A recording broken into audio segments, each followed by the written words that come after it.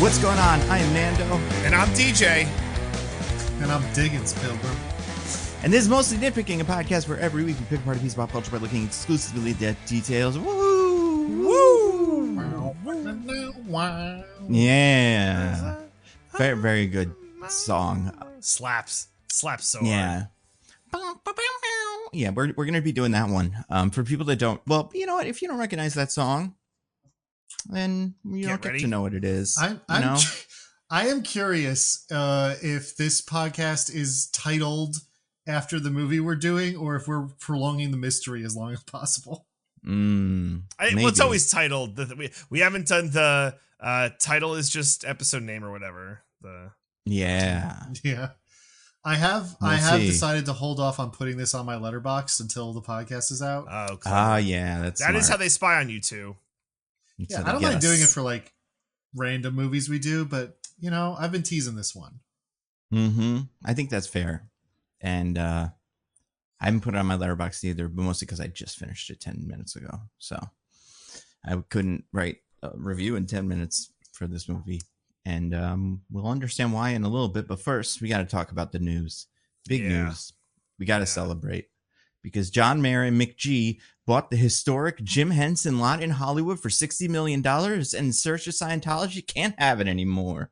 Yeah, wow. We did it. We raised the money at the rec center with one last show. We really did. So I don't know if you guys have been following this, but yeah, the Muppet slot was on the market, I guess, and it seemed like for a while the Church of Scientology was going to buy it. And I don't know where these two came from, like where, if they're friends in real life or something, but we all remember John Mayer, right? Yeah, Bodies in Wonderland, that guy. Yeah. He's part of Dead and Company, right? What's that? It's like the Grateful Dead, like the Grateful Dead kind of just like kept going, but like obviously a lot of them died. So I think like Jerry grateful. I think Jerry Garcia for a while was going on, but then they just became Dead and Company and they played Grateful Dead songs, but I don't think there's any original members. Interesting. Like, yeah. It's kind of like the Ramones did this for a while. The Temptations, I think, still do it. I love when old bands become husks of their former selves, only playing covers. Yeah, right? Yeah, John Mayer's in Dead and Company. And like, it's not playing the old songs because at this point, so few of the original members are left, you pretty much have to call them covers. Yeah. I find the phenomenon so fascinating. I'm not even joking. Well, you know, it is kind of cool. They, well, he's part of it now, so he's one of those guys, and he owns the Muppet Studio or something. But then the other one is McG. So you guys remember McG?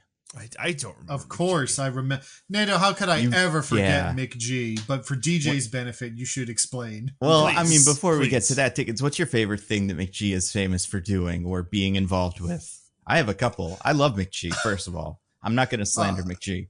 Obviously, the best thing McG has ever done. And there is a correct answer to this question. He, of course, made sure that Suge Knight got caught when he did that manslaughter. Oh, yeah. Oh, I didn't know about that. But that makes sense. He used to do a lot of music video stuff. Not really for like Suge Knight, but, you know, Mace once. So there's that. And Puff Daddy. Who's that? That guy seems cool. No, we're talking about...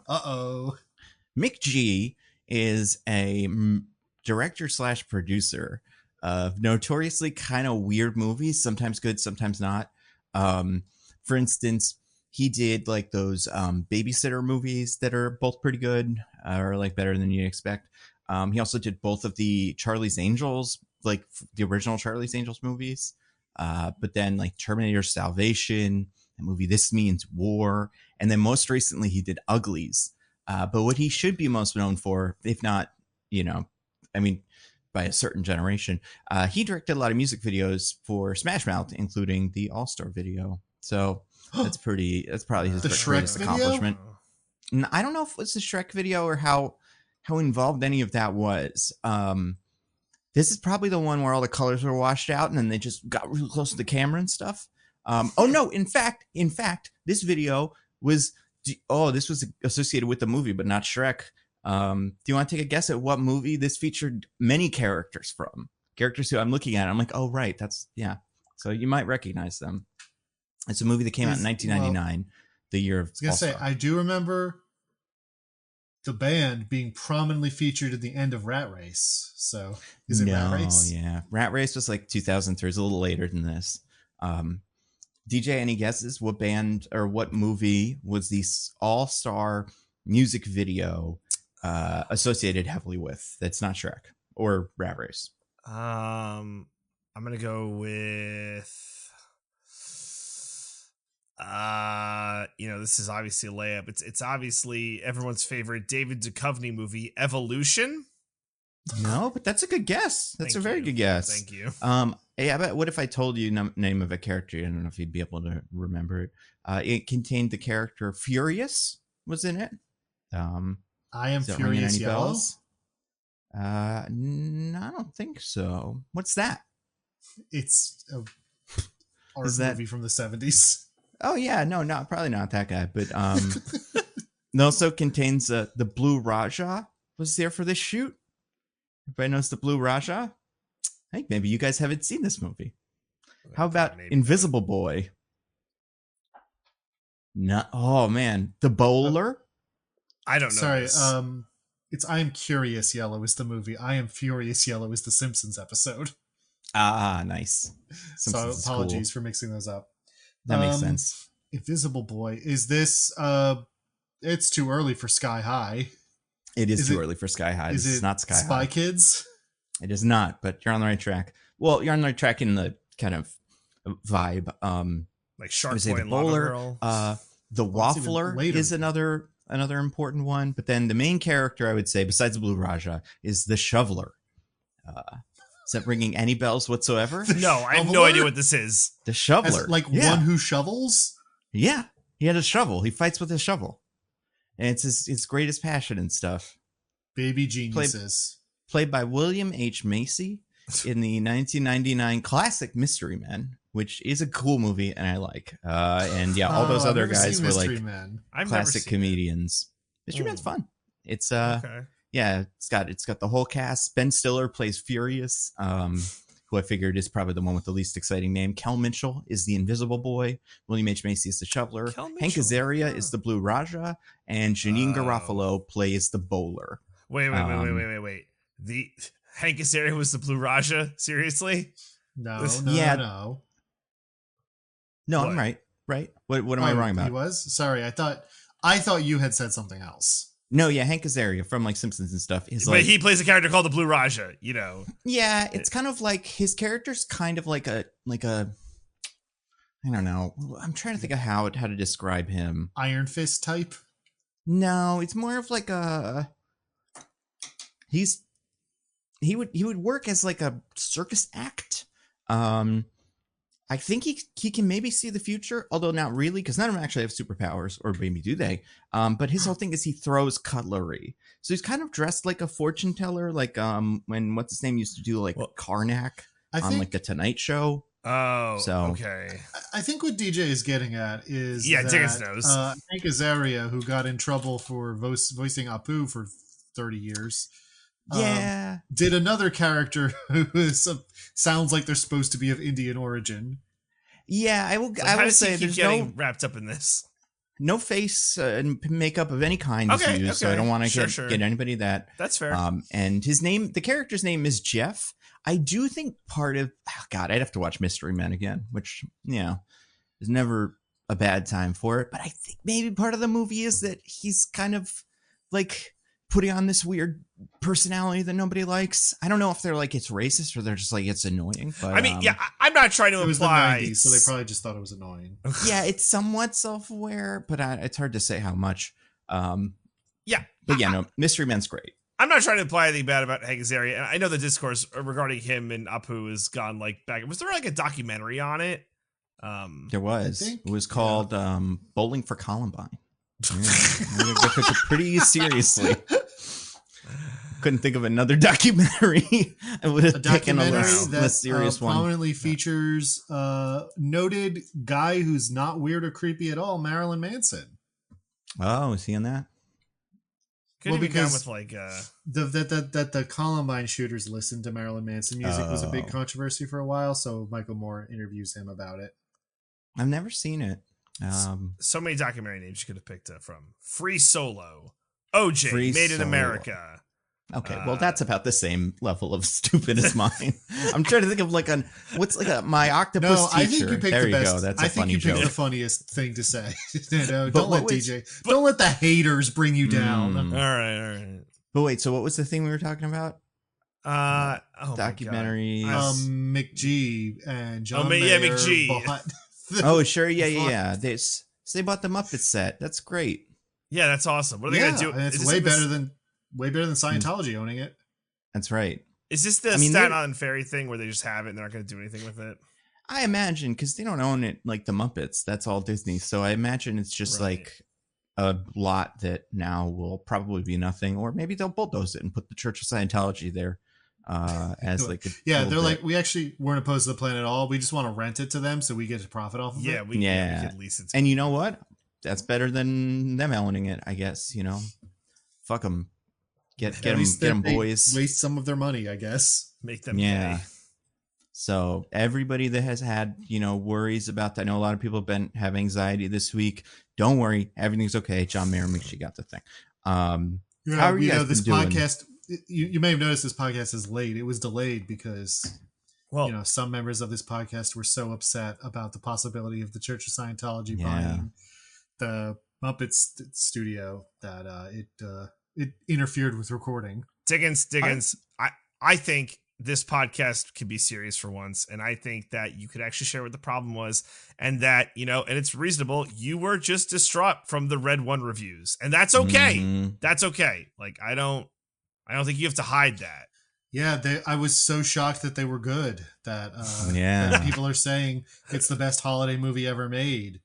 People are saying that this will be The Rock's career revival, like DJ predicted. Hey, man. I just couldn't believe it. Wait till those butts are in those seats. We'll see. I mean, we only got a couple of days. Before that, I do have one question. Which Muppet do you think might be involved in Scientology? If you had to pick one. Who would have been like, I hope they get the Scientology guys? Yeah, Scooter's a great maybe. one. Yeah. Scooter stuff like that, like to pin down. And Scooter just you could influence like him. Yeah. Who's the richest Muppet? That always helps. It's got to be Statler and Waldorf, right? How they, those aren't cheap. They're not rich. Those aren't cheap. They're just two grumpy old men. They're boomers, so they've got some property probably. Sam the Eagle got money? I don't know that Sam the Eagle. Sam the Eagle's definitely the most Republican Muppet, but I don't know that he's the richest Muppet. What about the one with the fish who dresses like Shakespeare? We've talked about him on the podcast before. Is that his name? Yeah, it is. No. It is. Look it up. Muppet fish.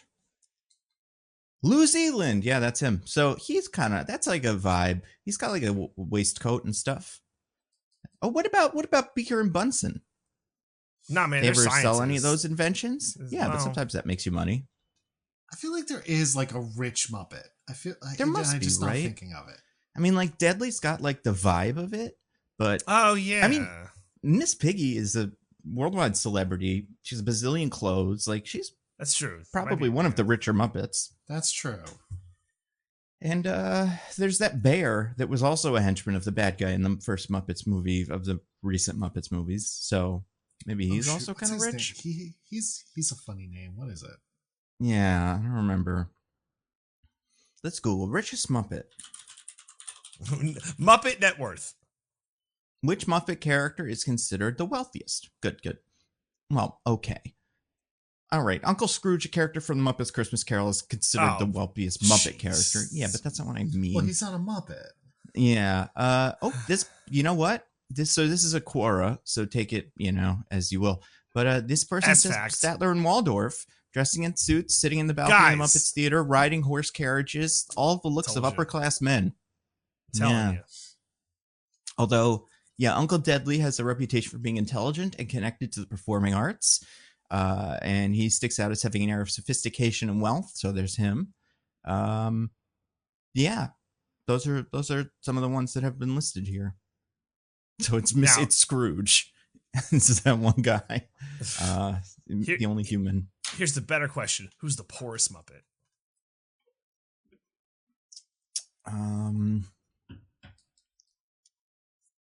I mean, can like the chickens have wealth? Was like Camilla have money? Does she have an allowance from Gonzo? Like, what is their financial situation? Right? You know, Gonzo I wouldn't say he's the poorest. I feel like he's got more money than Fozzie. Yeah, right. Fozzie's a comedian, right? So it might be Fozzie. Fozzie doesn't have money, but however, Sweetums gives me a strong hobo vibe. Yeah. I'm trying to think with the I mean, like if you're talking about Muppets and not just whatever, you've got Oscar the Grouch. Yeah, he's no. Sesame Street Muppet. Has addressed this. Oscar the Grouch is not homeless. He chooses to live in a garbage can that's basically an apartment. Yeah, his garbage can is big in the bottom, so it is. But it's his hardest. So yeah, I wonder. Okay, we can do this. What's a Muppet who is like seems broke? I mean, the band, they probably don't have a lot of money. Dr. Teeth and the Electric Mayhem, they don't seem like they got money. Ralph has a job, right? He's like a bartender. He's traditionally frequently a bartender / piano player kind of character. Yeah, but the rest of them are just like guys who live in a van. And there has-beens in that new show, so they probably don't have a whole lot saved out. Well, Rolf isn't a member of Dr. Teeth and the Electric Mayhem. He's a separate musician. Yeah, I guess that's true. Actually, Animal's probably pretty poor, right? Yeah, except he's the one Animal who you're like... is a member of Dr. Teeth and the Electric Mayhem. Yeah, but like I would assume he's poor. Like, I don't think Animal has a lot of money. I would too, but he's one of those characters who I wouldn't be shocked if did have a lot of money canonically. In crypto? Kind of like... or just like... his rich dad or something, like is part of a line of Muppets who are like, the oil barons of the Muppet people. I would assume Animal has a lot of crypto. He's probably just like all in on it. Billions. And I bet one member of the Electric Mayhem, Dr. Teeth and Electric Mayhem, has a lot of money. Well, you see, DJ, the problem is he did have billions in crypto, but he kept it on the money plane. So no. Why would he do that? Also, did they find the treasure in Muppet Treasure Island? They must, right? That's a good question. So that one's the richest because he has all the treasure. It's been a long time since I watched that movie or read the book Treasure Island, so I don't know. The treasure was the friends you made along the way. No, there's real treasure in that book. Yeah, I think it's both. I don't even think they have to forsake the real treasure to have friends along the way. I think they're like, good, we got both. They're allowed to get the treasure, yeah. Honestly, it's less friends we made along the way and more like connecting with my surrogate father figure. Yeah. It's a good point. Speaking of, I don't know about father figures, but connecting with people, daddy figures. Daddy figures, yeah. Ooh, there you go. We got to talk about this week's movie. And Diggins, do you want to explain yourself? Because this is a Diggins pick. Yeah. Yes. Well, first, can we shout out? So this is a pick because somebody won a pick somehow. I want to say March Madness is my gut. My gut is March Madness. Yeah. Let's go with March Madness. And donated it, like saying their pick was letting me pick whatever I wanted. Do we have that person's name? No. I don't. Yeah. But. All right. Well, presumably one of the other two is going to start looking this up while I explain myself. How would I even begin to do that? So they donated to me, and so I agreed to honor this request by I've been doing my research. I've been gathering notes, asking around, trying to find the most heinous pieces of garbage I could that would still like be a fun podcast and wouldn't just be to torture you. So please do realize that there are worse things I found that I could have inflicted. Oh wow! Really? Shocker. In fact, honestly, I'm gonna be fully honest with you guys. I was worried that this was a little too mainstream a pick. I can see because for some maybe I disagree. This feels like hidden. This is a relatively well known is it really? Ridiculous B movie. Okay. Andy Sedaris is a director who made like 15 of these. Yeah, I in the saw 80s this and guy's 90s. work. Yeah. Which he called them triple B movies. There's some dispute in the community if that's bullets, bombs, and babes or bullets, bombs, and boobs. Okay. Oh. I'm gonna assume boobs, just given the nature of this specific movie, but I don't know what you're talking about. Babes have boobs. There's nothing, but well, not like they're outside of each other's. Prominent boobage in this one, I would say. What? I mean, in prominent babage. I don't understand where it's not one or the other. It's both. Yeah. All right. We'll talk about it. The basic premise was he literally hired Playboy and Penthouse models to play all the women in the movies. Oh, really? And then, no, that wasn't a joke I was making earlier off camera. Okay. Before we were recording. Literally, like every major female character in this movie is a Playboy or Penthouse model. Okay. Gotcha. And he would string together these absurd action movie plots that were just excuses to show those women with their tops off as much as possible. I didn't notice that. Now that you mention it, there was a lot of tops off by women. They're very infamous, I guess you'd say. They're cult classics, I think is what I'm going for here. Okay. Hard Ticket to Hawaii, which I think is the first time we've actually said the name of the movie, is generally considered the funnest of them. I agree. Well, don't spoil your opinion. Sorry. It's hard to contain my excitement. Oh, hard to contain your excitement. Sounds like you're a character in this movie. Am I right? Oh, yeah. Talking about a boner. Mm-hmm. But no, so I decided to go with a relatively more well-known of the movies I gathered. Just to ease you guys into the exciting world of trash I could introduce you to. Well, I have to ask, what was an option that was like, oh, this is so fucked, like they would kill me, like we just couldn't do this, what were there movies like that where it's like it just would not be allowed because the movie's like a war crime? Like the movie's just not fun to watch and wouldn't be fun to do an episode on, or maybe is like really niche, but yeah, maybe it's more the first one. Like that's the only thing that would have me disqualified. I was like, this just wouldn't be fun to do. Sure. Yeah. Did you find those? There were a couple research I found. I'm trying to think of them now because I just discarded them. No, I sprung this on you. I understand. There's one a friend told me about that's like this, like really bad, like sex comedy about this like Italian American dude. That's I'm gonna have to ask her about that again so I can think of it more. But I did some research into it and I was like, this is just miserable to watch. I don't think this would be a fun podcast episode. Gotcha. A lot of these really bad like trashy movies are supposed to be sex comedies or something in that zone because that's where the real nexus between not a lot of money and no artistic integrity lies. Yeah. Hey man, we don't make them like we used to. We don't. And maybe that's a good thing. Yeah, no, probably. Yeah. But yeah, so that was basically my reasoning. I was looking for some trash. I wanted to find something that was like production quality wise so far below what we would normally do. Yeah. But it's still kind of fun and ridiculous. I assume this never saw the light of day in theaters, right? Like I think it did. Really? Because somebody on the Discord asked me and I looked into it. I think it had a very small theatrical run. That's fantastic. Just so they could qualify for the award season stuff. Yeah, no. It was just 1 week in New York and LA so that it could qualify for the Oscars. That's right. That's smart. Well, we're going to be doing that one. That's the movie we're doing this week, Hard Ticket to Hawaii. And because I won Venom, because I knew Owen Wilson. That was the thing. I was thinking about this on the car right over. Yeah.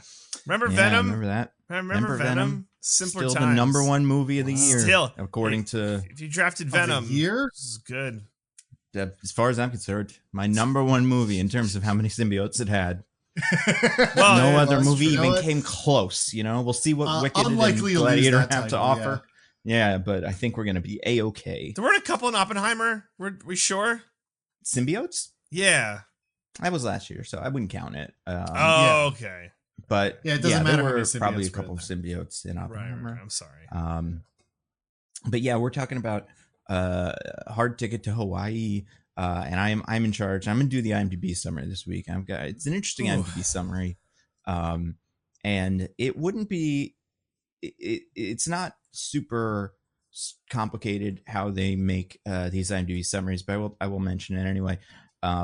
There's one mysterious man who lives in the jungle, but he's not from there. He moved there because he wanted to be close to the coffee beans because he loves coffee.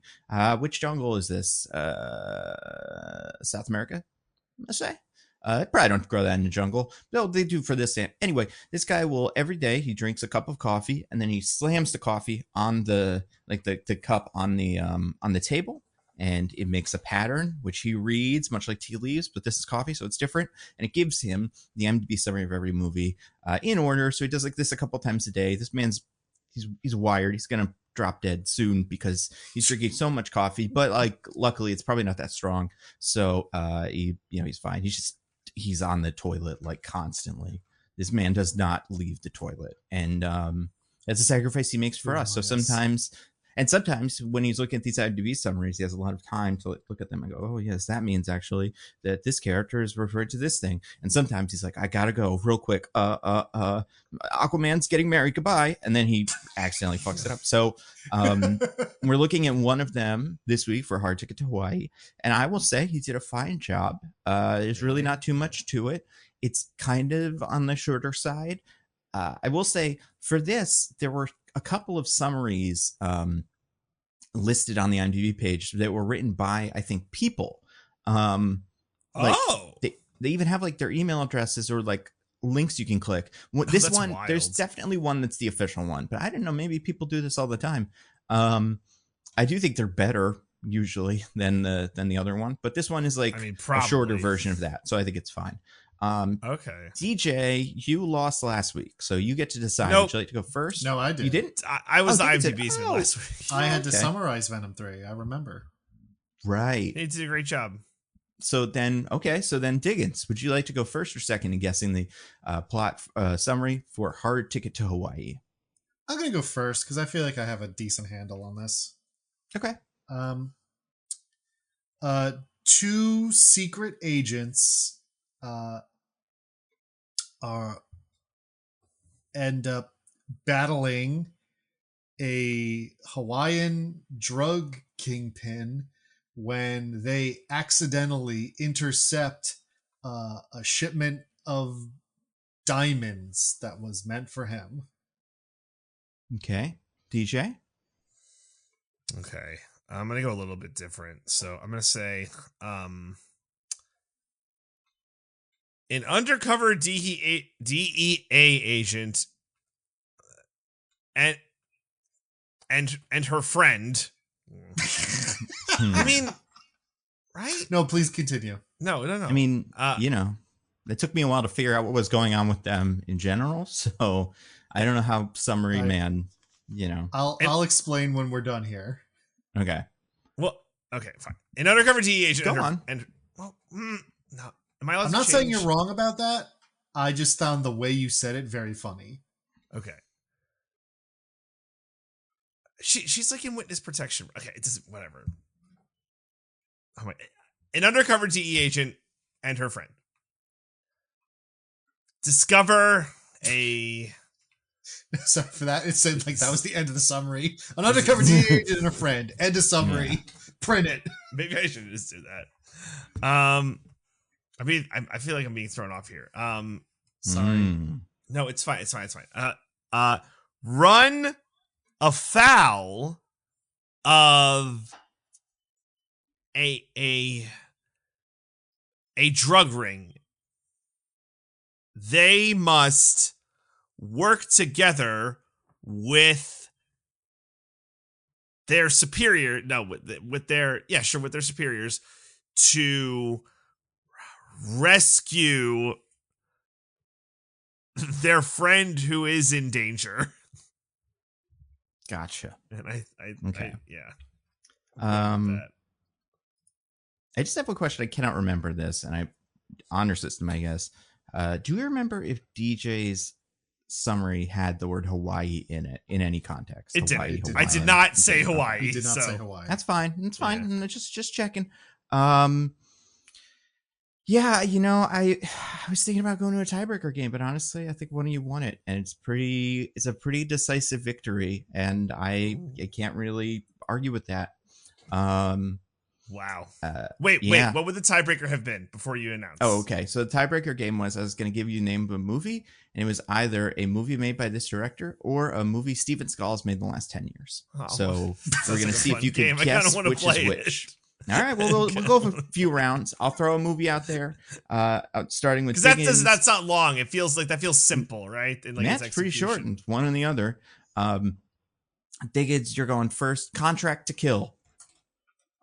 Sorry, a movie that who produced in the last 10 years? Either this director made, you know, back Andy in the day, Sedaris or who? Steven Seagal acted in the last 10 years. I'm gonna say that's a Steven Seagal movie. That is a Steven Seagal movie. Okay. DJ, Beyond the Law. I will also say Steven Seagal. That is a Steven Seagal movie, correct. Diggins, The Perfect Weapon. I'm gonna say Andy Sedaris for that one.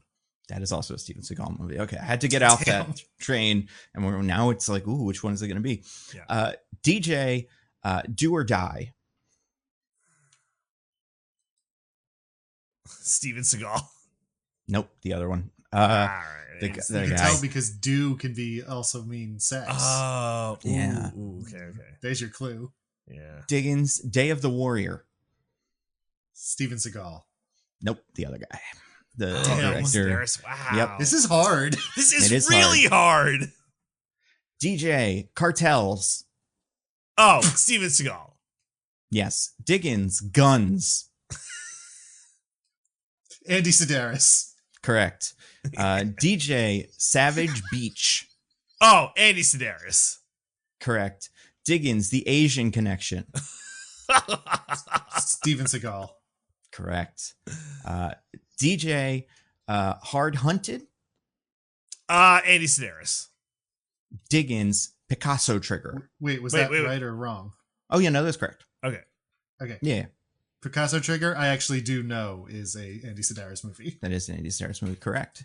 The rest of them are all too obvious because the only other one I think I didn't name for Andy Sedaris besides Malibu Express, the one that precedes this, is Lethal Ladies Return to Savage Beach. Okay. Yeah, that one gave it away in that it was the Lethal Ladies, which is apparently a thing. I don't know if that comes up in this movie, but one of the summaries mentioned it.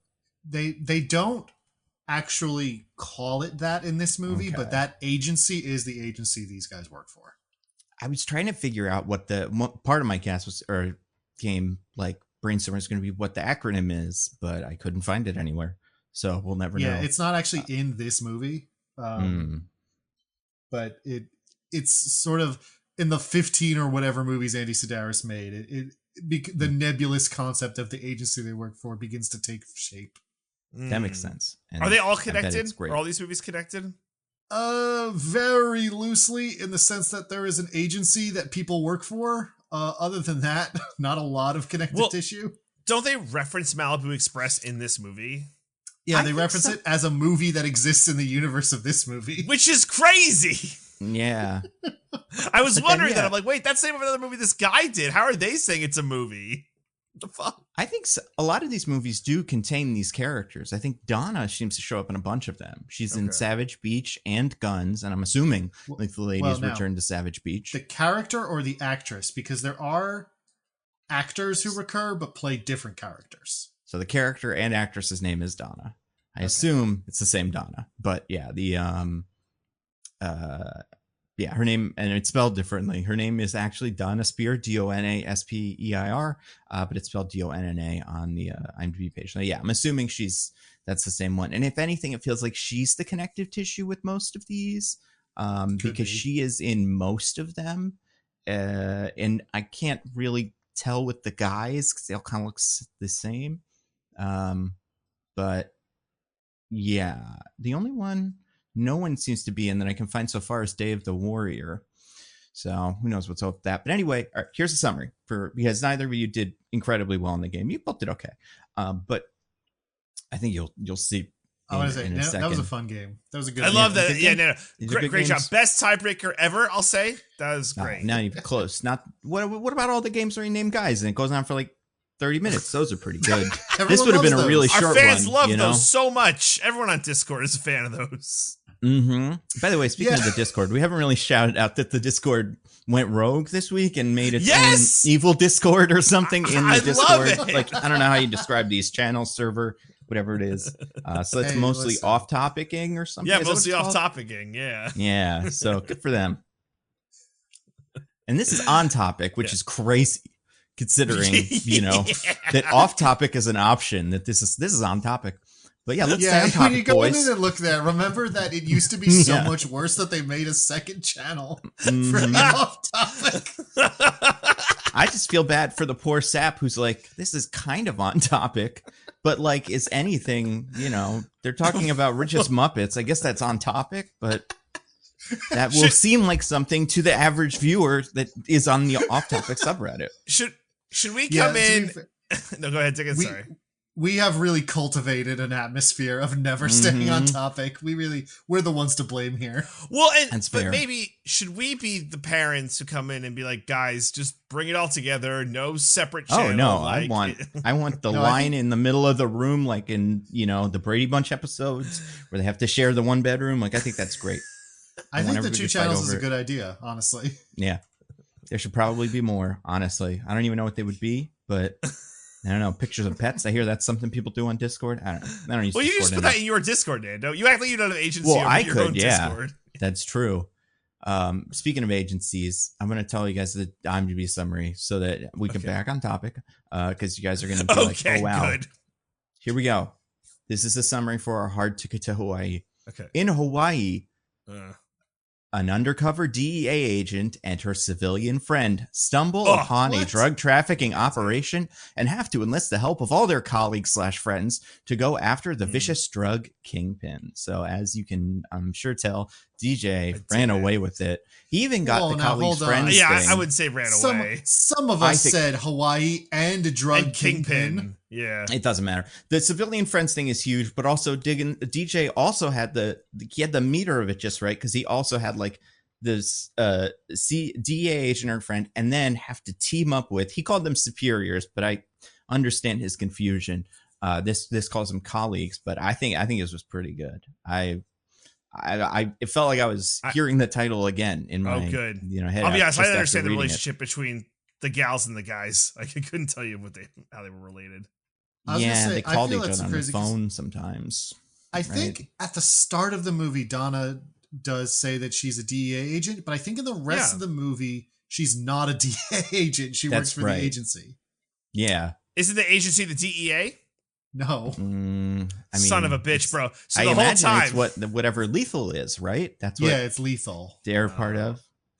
As much as I love so, the DEA. DJ, your confusion is understandable, given that again at the start of the movie, Donna says she works for the DEA, but the rest of the movie acts like she never said that. Mm-hmm. That's where so I mean, it's probably just because my brain is broken, but I missed that, but I didn't pay attention to that. I'm just like, yeah, they're all DEA because I thought. What we could get into it, but I thought the girl was in like witness protection or some shit. She is. The friend. Great, you know what? Let's save it for the summary. Right, we will. But first, DJ, as the winner of this IMDb summary thing, you have to let us know what you thought of A Hard Ticket to Hawaii. No, just hard ticket to Hawaii. Yeah.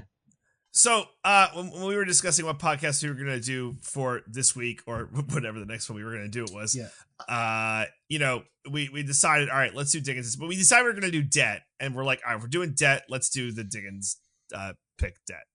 And he's like, I got a doozy for you. And my thing was as long as it's under 2 hours, I don't care. Because if I want to watch a bad movie, don't make me watch it that's longer than 2 hours. And then it's a hard ticket to Hawaii. I looked it up. I'm like, what the fuck was this shit? And yeah, I did drop a teaser in the Discord that your initial response to me saying the movie was, the fuck is this? Yeah. And that was my reaction. And I will say, I was a little worried going in. This movie is bad, but I mean bad in like a moral sense. Like, like it's evil, right? Like the movie's committed crimes, right? Like, wow, that is the nature of its badness, right? I would say, I don't know if I would call the movie evil. I would call it sleazy. Sure. So, and I want to be very clear when I'm saying that this movie is bad, I mean it's like a trait of the movie, right? Like it's Lex Luthor. That being said, I thoroughly enjoyed this bad movie. It does have this quality of it watching it in the year of our Lord 2024 that like part of it's like I'm wincing because there's just like there are no less than 7 scenes of women just like taking their shirts off and it's just boob. Like bras don't exist in this universe. And it's like it's such it's such the male Jesus Christ. Male I mean there's a lot of navel gazing too. I was very confused about that. The male gaze is so apparent, but it's like that is almost like underselling it, right? Like there's also scenes where it's just like bare ass, like yeah, they're wearing a bikini that's just like a thong, but it's like there's just like camera on bare ass for like 8 seconds, and like I get it, that is the nature of this movie. I'm not like holding it against the movie, but like watching it, it's like a little like oh man, like crazy we used to do this, right? That being said, it's hilarious. It's man. So like, I think I know what's going on like with the movie.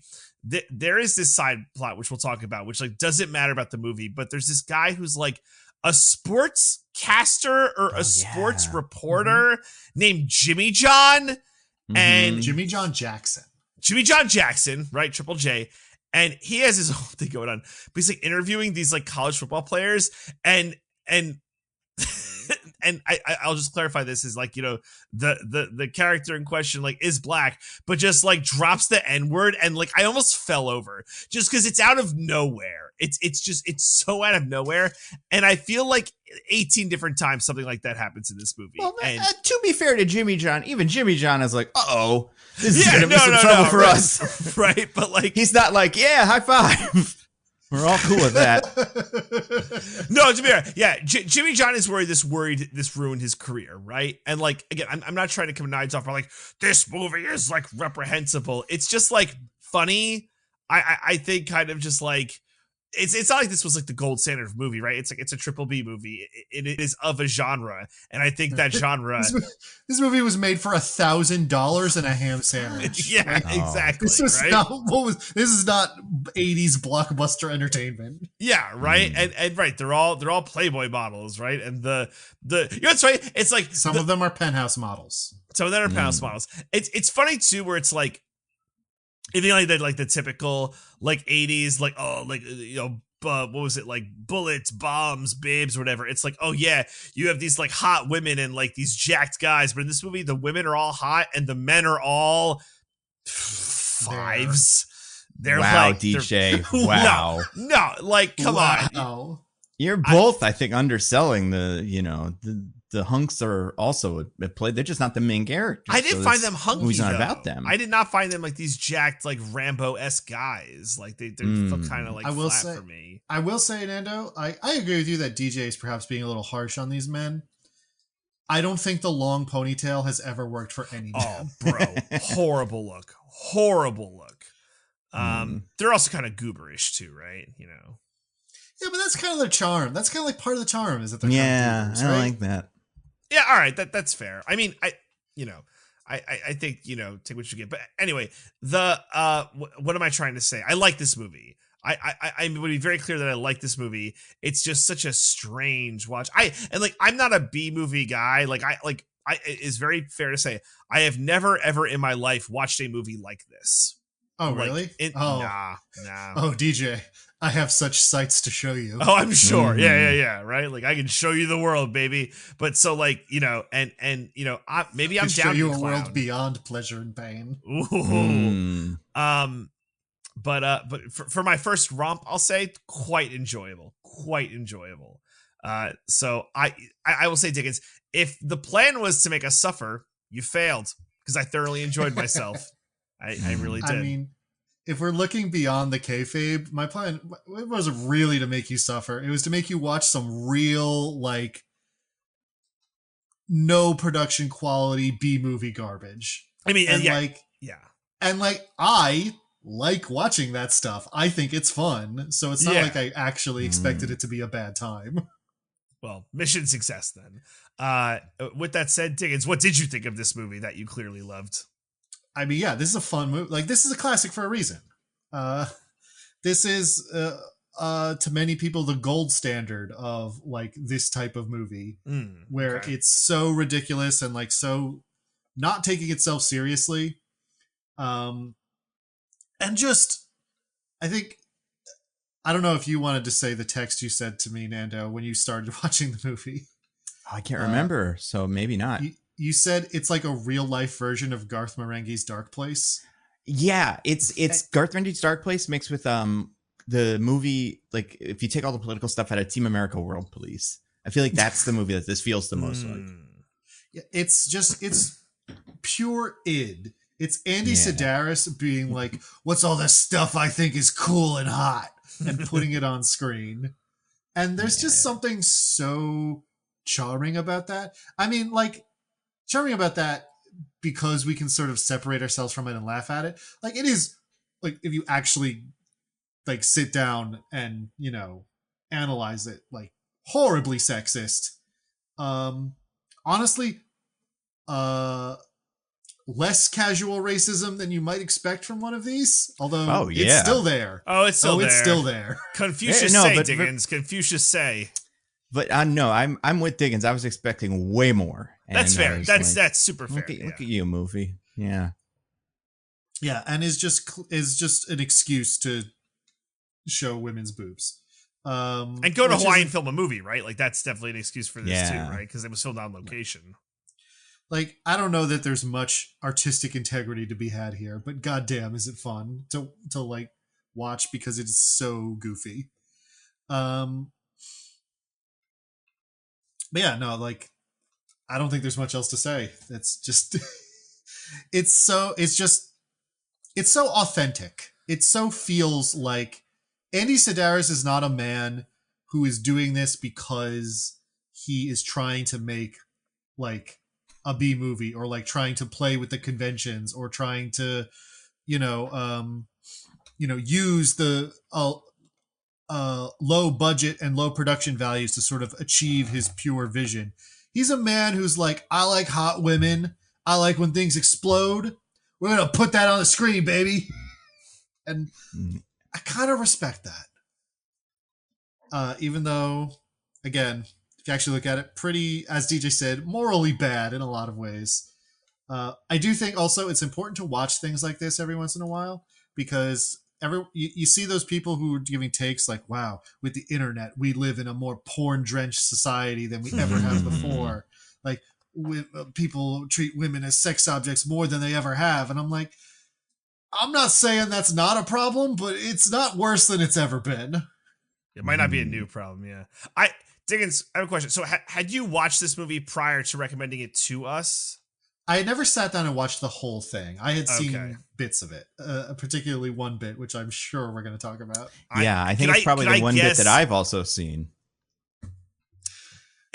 Is it cancer-infested blank? Is that the... Oh, no, DJ. Mine's the skateboard.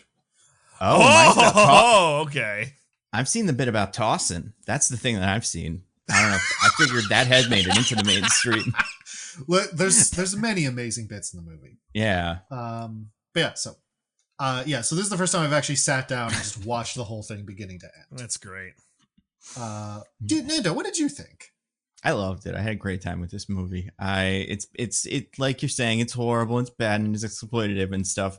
But also, like, that stuff is like on the surface of the movie.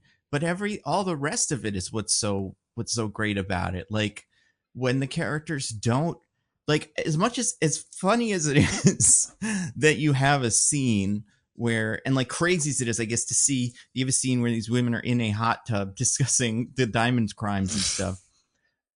Like, the way more amazing part of that, thing is the exchange right before where they say, we always do our best explaining the diamond job stuff in the hot tub. Like, stuff like that, when they try to work this movie together as a movie, is so funny.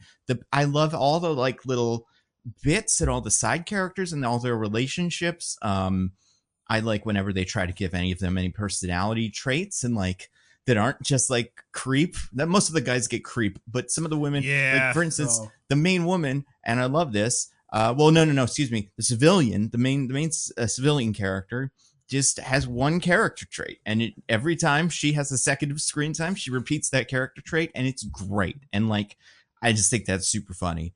I love the thing with the snake. I think the snake was really, really weird. I love the snake. You know what it is? Rules. You know why I like this movie so much is because I knew back in whatever it was, 2010, and nothing against the people that made this, but when like Kung Fury came out and fucking all this shit making fun of the 80s and everybody's like, oh, that's so funny. I'm like, no, it's not. These are like those printed ugly sweaters you buy from Target. Like, there are real ugly sweaters out there somewhere, and those are the interesting things. So like seeing it and getting like the actual, unironic version of it is kind of fascinating. And yeah, I think everything about like the fucking, like, forget about, again, if you can't watch this movie and not be like just bombarded with boobs and stuff, but if you forget about all that, like, there's so much stuff in here where, like, a guy has a little toy helicopter that he controls with his mind. Sorry, or something. You mean a fancy magician? Yeah, exactly. Like, all the details about this movie are insane, and that's why I think, like, if it was just what you're describing, like the boobs and the guns and the explosions and whatever, like, yeah, that'd be okay. Like, that'd be, kind of funny to watch and silly. But all the other touches are what make this movie just psychotic. And yeah, I love it. I love how much all the characters look the same. I have so much trouble with all the men in this movie, and like. At one point, a third guy showed up, and I was like, wait a second, there's two of this one? And apparently there is. So that part's a little tricky. It took me a solid 30 minutes to learn the differences between the faces of the two main women. Yeah. Oh, man. Well, that I didn't have as much trouble with because of their different personalities and stuff, and the one had that personality trait. But like when one walks into a scene without her shirt on, and it's just like doing the set dressing that normal movies would just cut out, but this one has to have in because they're not wearing a shirt. Yeah. And I have to be like, which one is this? It took me a while to be able to do that right away. Yeah, for sure. I see what you mean. Yeah, that part was tough. But man, yeah, some of the guys are quite forgettable. I'll say, like, I agree with DJ. They're not, they're not fine, man. They're fine. I think they're handsome guys. Like, I think they're, if you're listening, fellas, and you're in this movie, DJ may hate you, but I think you did your best, and you're a good. Let me see it this way: the ratio is off, right? It's like the women are like 10s, but the guys are like not, right? It's just like it's a ratio thing. I don't know. I mean, the amount of karate the guys know, maybe that factors into it. There's a lot of factors, the amount of good they are with guns and stuff versus not.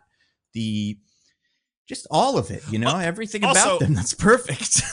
We'll get into it, but the way the one guy has sex, and he is presumably supposed to be the hot one, is horrible. Exactly. Yeah, that's horrible. Great. No, you believe me. I'm in charge of this summary. We're gonna talk the fuck out of that part. Oh, should we tell people what's going on? By the way. Oh right, yeah. Sorry, the wheel moved to where did the wheel move? With a country with no extradition.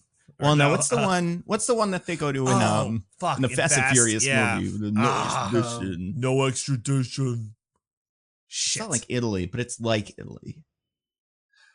It's not Spain because Spain has extradition. I don't think. Maybe it's probably not Portugal because they also probably have extradition. Maybe something like that. I do think it's in that area. I remember. I feel like I remember when we did that episode, though. We talked about that, and I was like, by the way, that country does have extradition. Right? Yeah, they're actually wrong about that. Yeah. Yeah, England. No extradition. Yeah, you got to go somewhere like East Timor or something. Yeah. Yeah, this movie.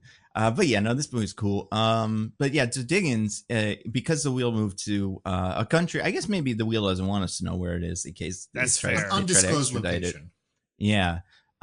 Diggins is going to summarize the movie, and we will make our best efforts to wheel it up as the summary is going. So like as it's, we're jumping on the moving summary and wheeling it as we go. Yeah. So we'll see how it goes. Our normal interruptions and interjections, except now that is also the wheel stuff. Yeah. That's right. Yeah, and you know what? Maybe if it doesn't work out, we'll extradite the wheel back. We'll send Batman to get it or something like in the Batman movie.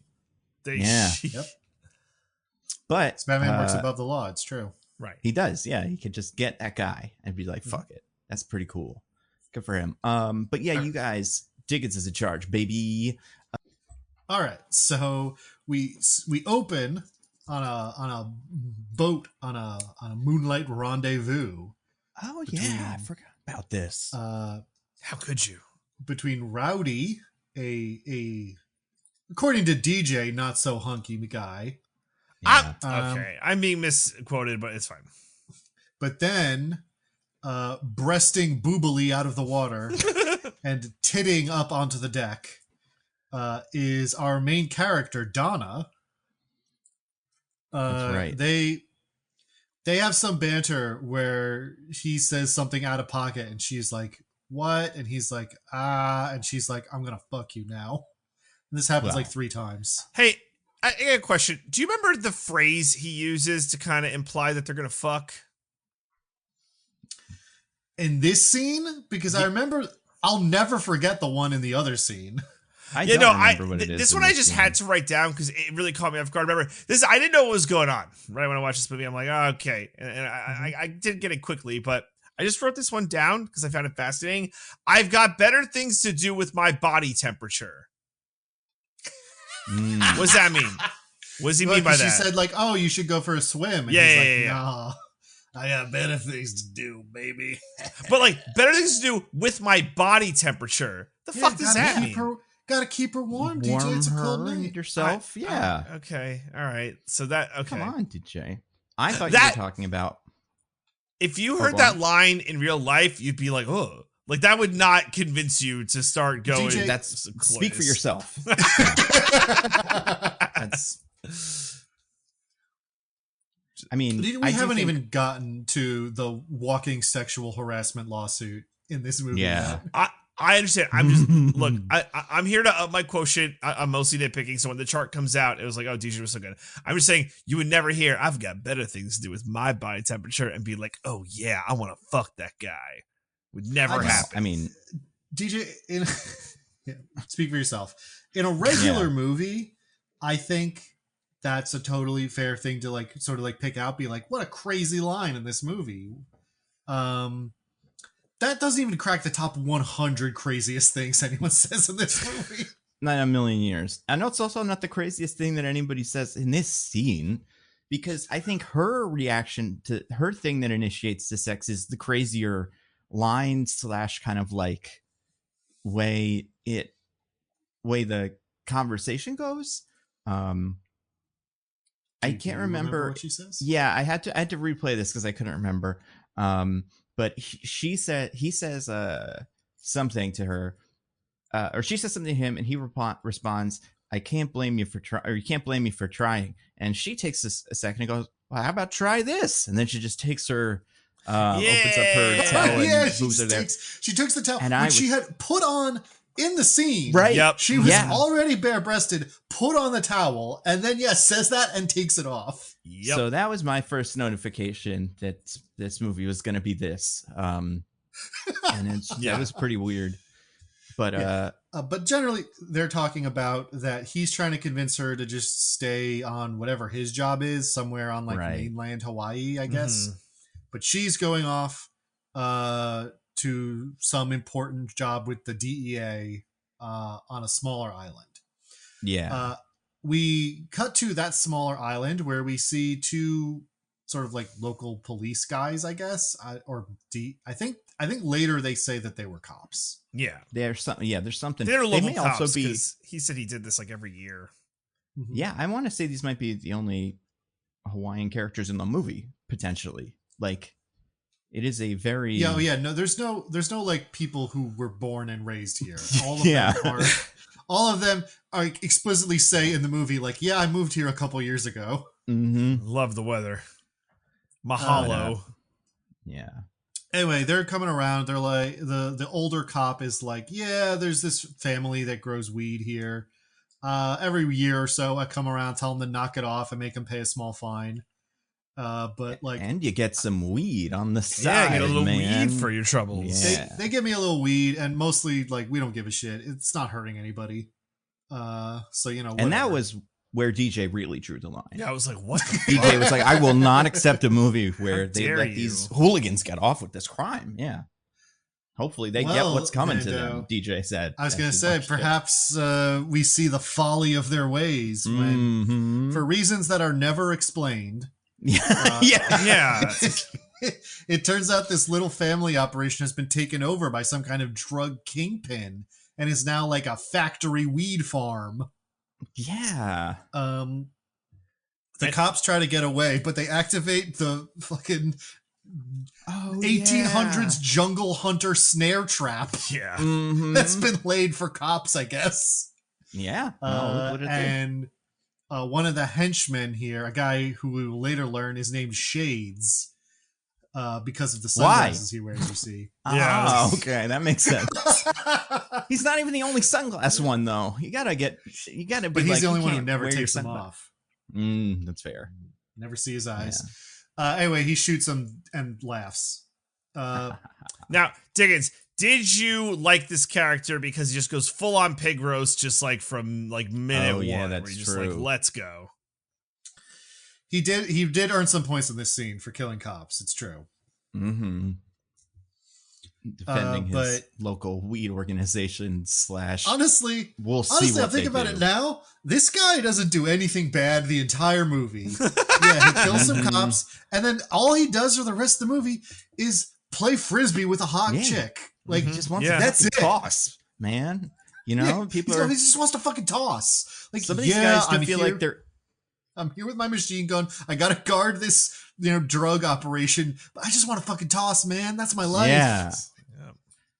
Yeah, he's so excited about it. He's a little puppy dog. I mean, yeah, he's a bad guy. Also, this guy, I feel like doesn't. I don't want to say he doesn't fit in with these guys, but like the other guys feel like more goony henchmen, where they're just like. This guy feels like he's part of like, the crew from Die Hard. This bad guys, Yeah. just gigantic blonde men, which takes all kinds. This organization. Yeah, Good for them. Presumably the drug kingpin, a man by the name of It's something weird. Yeah, it's like Mr. Chow. Mr. Chang. right, or Mr. something? Chang. no Mr. Chang is the fancy magician. I'm talking about Yeah, the is guy he who's not in charge? here. Oh. That guy. Seth Romero. Yeah. Yeah. Uh-huh. Seth Yeah, yeah, yeah. Romero. That's it. Yes, Seth Romero is there. He's the drug kingpin man. But anyway, then we go back to Donna, but actually we see Donna's friend Taryn, who is also breasting boobily in the water. Mhm. Well, hold on. You skipped some pretty important stuff. They go to the factory, and we see everybody's Oh names. yes. We see Every a factory single name. in actually what I thought was a fairly clever visual sequence where they Mhm. have like spray painted on the opening credits onto crates and like pieces of paper that they're flipping through and That's stuff. good, right? They did a good job with that. I thought it Loved actually looked it. pretty good. Yeah, the only upshot of this whole sequence is that a forklift hits a crate accidentally and knocks a sign off of a crate containing a live snake that says dangerous, contaminated. Yeah. Which will come up later. Yeah, it's very important. Snake is my hero. Then we go to Taryn breasting Boobily. Mm-hmm. And she goes to wash herself off, and Donna's like, "You are being too conspicuous for someone in witness protection." Yeah. And Taryn's like, "I don't care," and it never comes up again. Yep. Yeah. They're working for the agency, which I thought was the DEA. Which, again, in your defense, Donna says it's the DEA in the first scene, but then it's not later. And they just gotta like fly a cargo plane, which is part of a cover operation for this thing that they're doing. It's a front, I guess.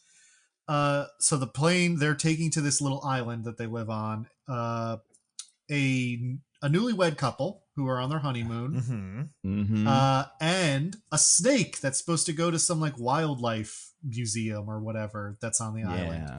But you guys, because the dangerous contaminated sign's been knocked off the one snake's crate, they don't take the snake that they're supposed to take. They take the dangerous contaminated snake.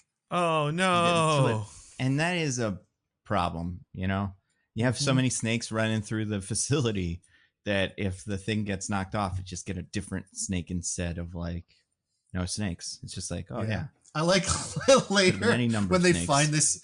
Later, when they find this out, that Dixon, the guy in charge of this warehouse or whatever, goes up to a couple of the factory workers and is like, "Did you guys take a snake crate that said dangerous contaminated on it?" They're like, "No, boss, we took a snake crate that didn't say dangerous contaminated on it." Like, I guess that's it. I guess there's no other way to tell these two snake crates apart. Do we know the relationship between the ladies and Dixon? Like, what is their like relationship? I think he's also part of the agency, because I think that whole like operation that he's running is like the front for their activities. Oh, I see. Okay, that makes sense. Sure. So he's like, I think he's like their handler, like or Bosley or whatever. Yeah, Bosley. Mm-hmm. Anyway, so they fly, and there's a freaking wicked song called "Hard Ticket to Hawaii." Yeah. It slaps so hard, dude. About how you've got a hard ticket to Hawaii. You think you're having a fun vacation, but some sick ass shit's about to go down. Yeah, and speaking of they fucking fly a plane. Like there is multiple shots of just them doing shit before the plane is off the ground. Adjusting the instruments and stuff. Yeah, but it's the way Nando would do it when he insists that helicopters are so easy. Yeah, exactly. No, they are. That's proof positive. They're just like, it reads like you took two actors who have had no training and have never been in the cockpit of a plane and just and told them, just go nuts with some of the instruments and stuff. Just make it look like you're flying that plane. Spin some of the dials. Yeah. People won't know. People won't know it's all bullshit. Like, wow, right. They did it right. Yeah. Yeah. You know what? I didn't. They've got me there. Yep. So they drop off the people and they leave the snake in the plane, which is unfortunate because Dixon finds out that it's the wrong snake and is radioing them like, "Guys, it's the wrong snake," but they're not there. Sorry, Diggins, not to go back real quick. They drop off the couple.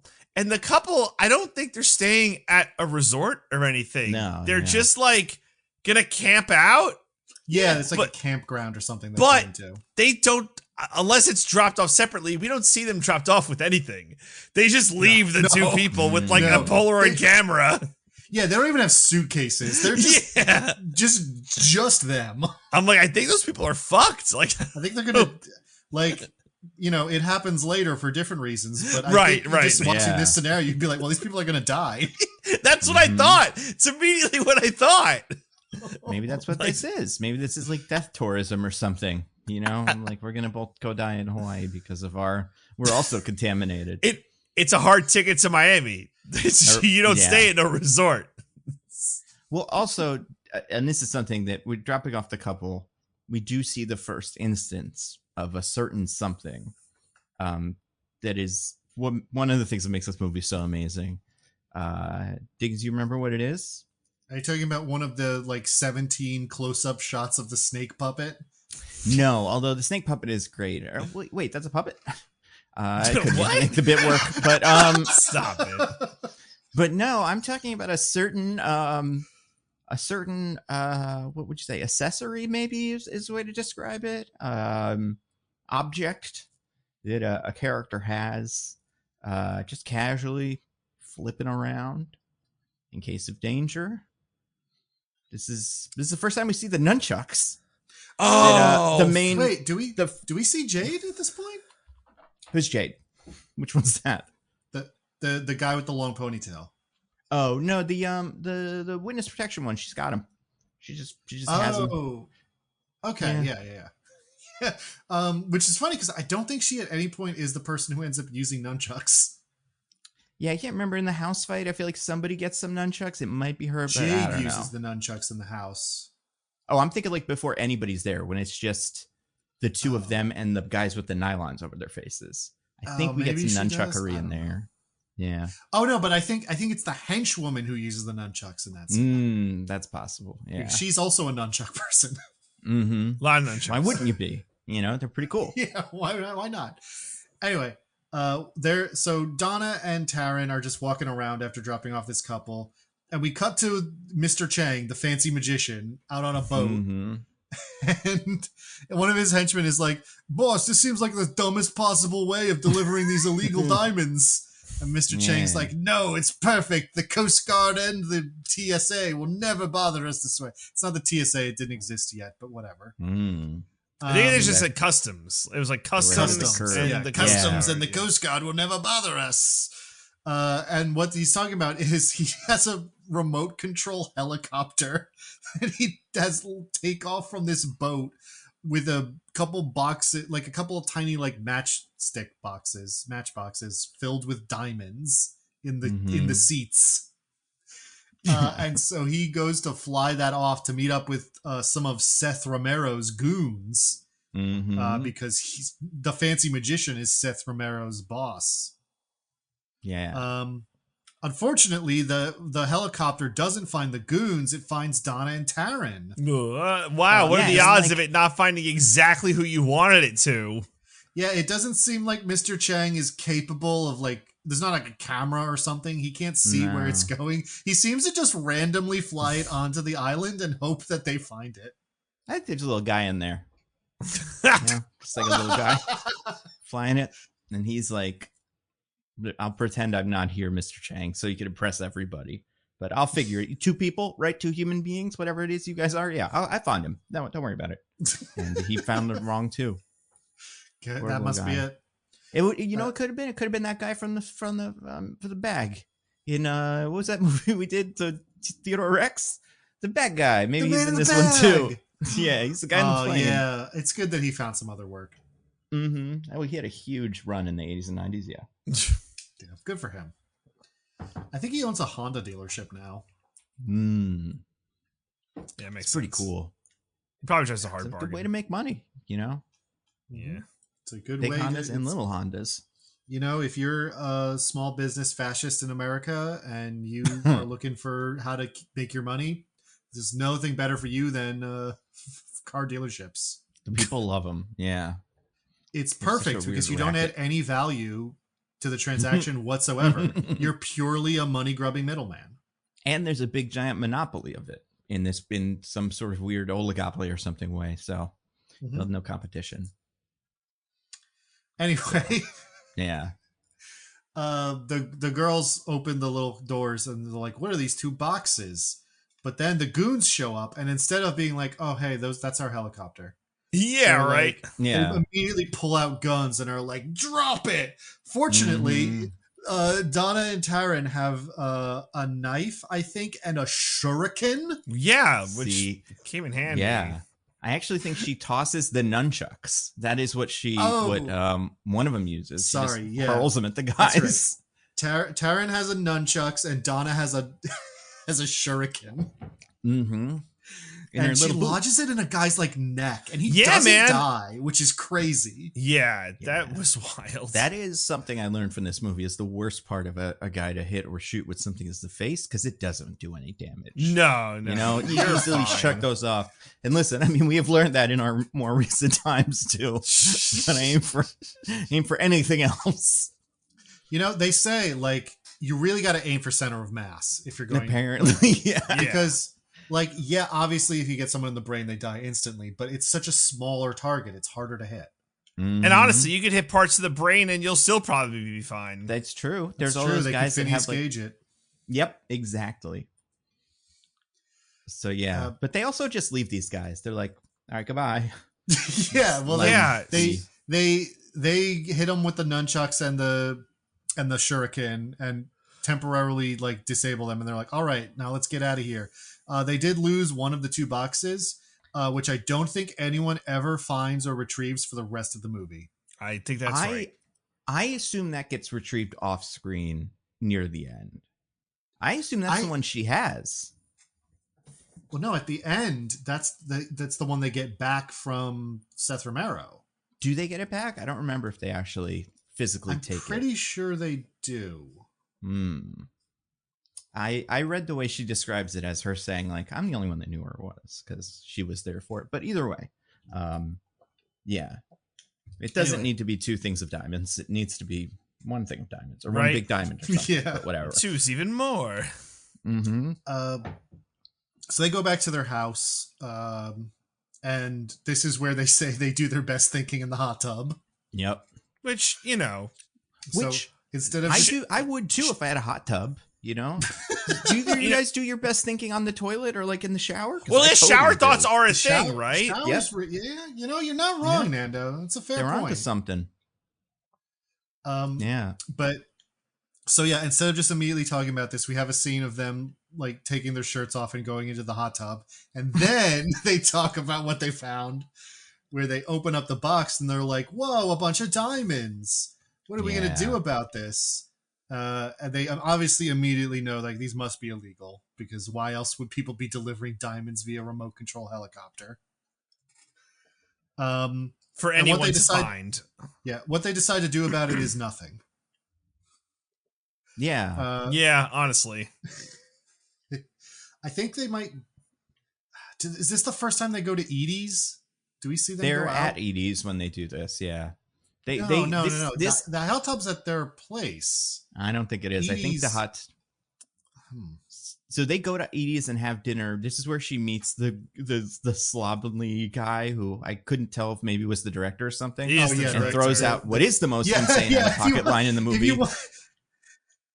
If you want to really get a read on Andy Sedaris as a director, the cameo he put for himself in the movie is to like tell one woman like, "I'm not just interested in your body," and then turns to a hot waitress, stares directly at her breasts for like 10 full seconds, and then goes, "Yeah, I'll have a pair of coffee."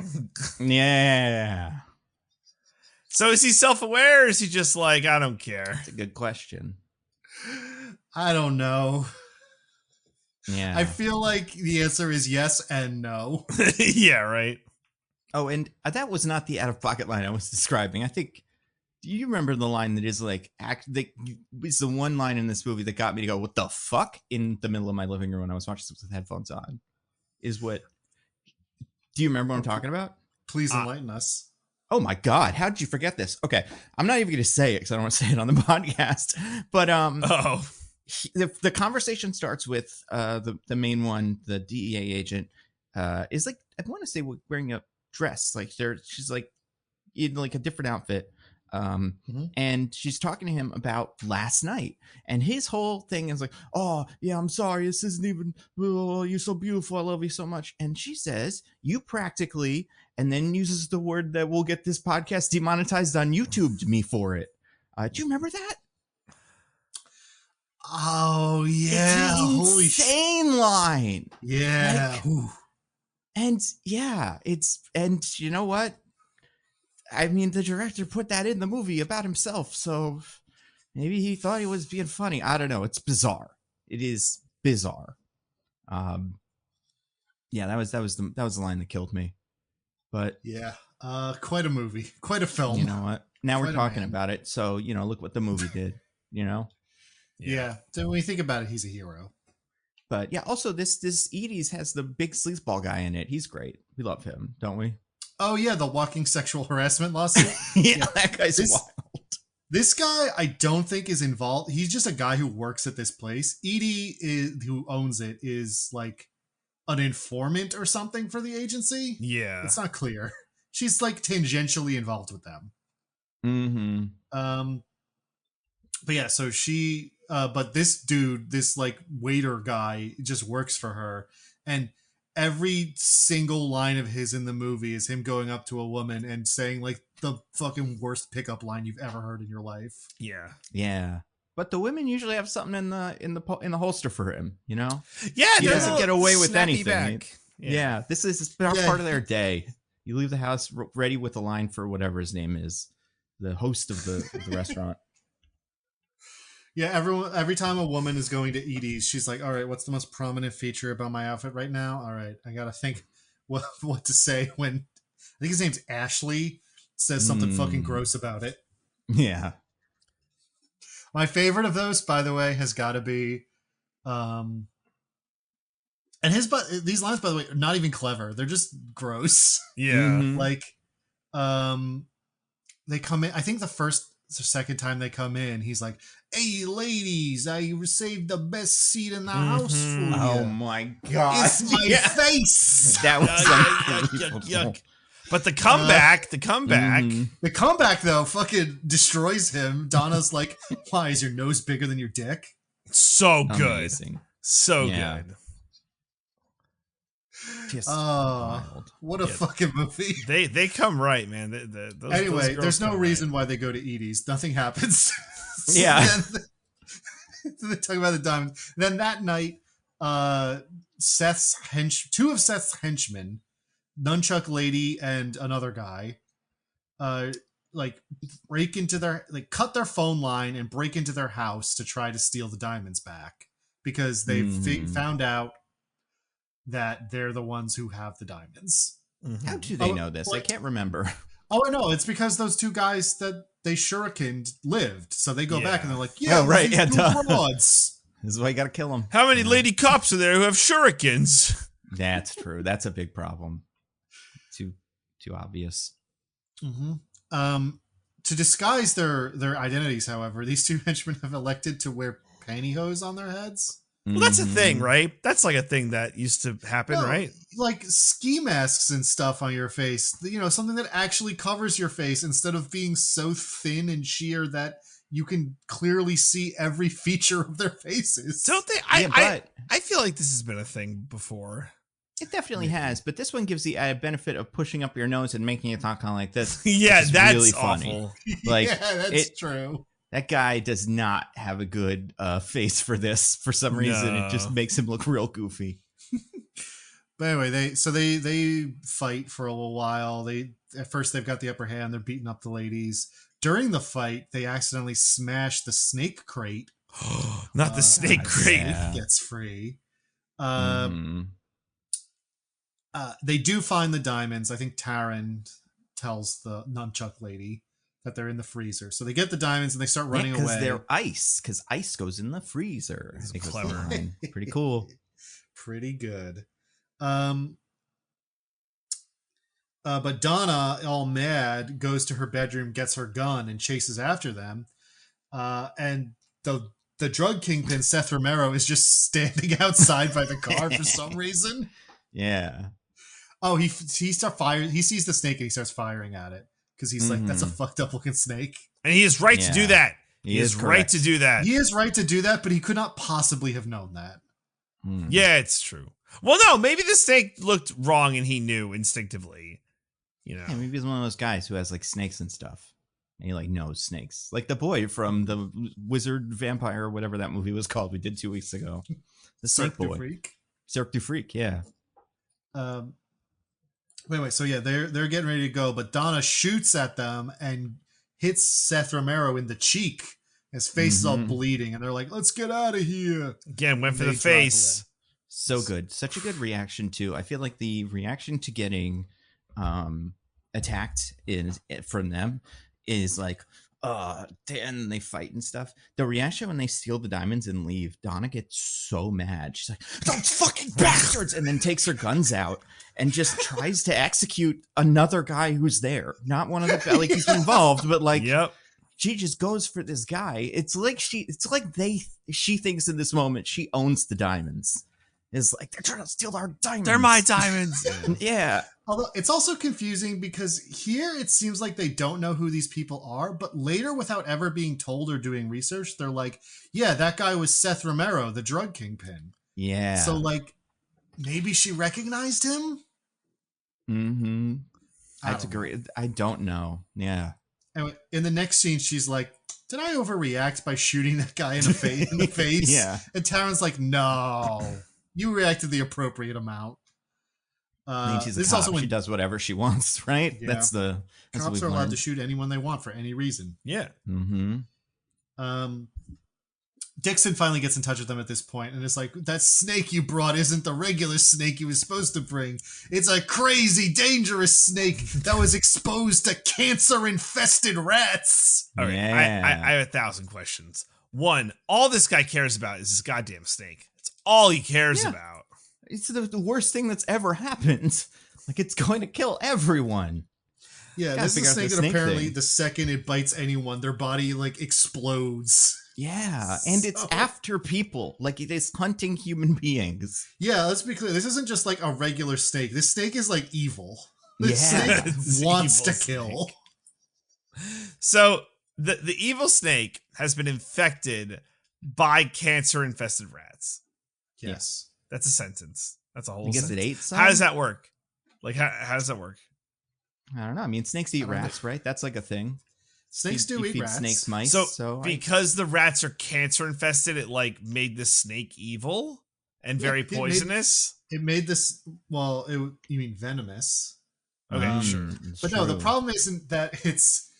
I guess you get like mega instant cancer if the snake bites you now. Dude, you like dissolve if the snake bites you. Like you're fucked if the snake bites you. Yeah, we see what happens to some people when the snake bites them later, and it fucking sucks. It's not like you get cancer and it's like, I got a bad diagnosis, man. You have cancer. We don't know how much time. It's like, no, you start melting.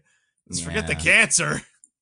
Mm-hmm. Which there is snake venom that is like that bad. Like, not obviously not like melt your flesh off your bones bad, but is like pretty instantly very bad. Yeah. But that has nothing to do with being exposed to cancer-infested rats. That's just snake venom. Right. I just can't figure out the cancer-infested rats thing. It's very odd to me. I thought you were going to bring up the fucking who's on first routine we get on this phone call that I couldn't believe. Do you remember how this phone call goes between him and the girls? Yeah. Oh, yeah, because he's like, you got the wrong snake. And she's like, no, we don't. And he's like, what are you talking about? I got the other snake here. And she's like, we don't got the wrong snake. What? Then what are you talking about? I know what snake you got. And the third time she's like, what I mean is we don't have the snake anymore. Yeah. We lost the snake. The snake is not with us. It's not in our possession. It's so good.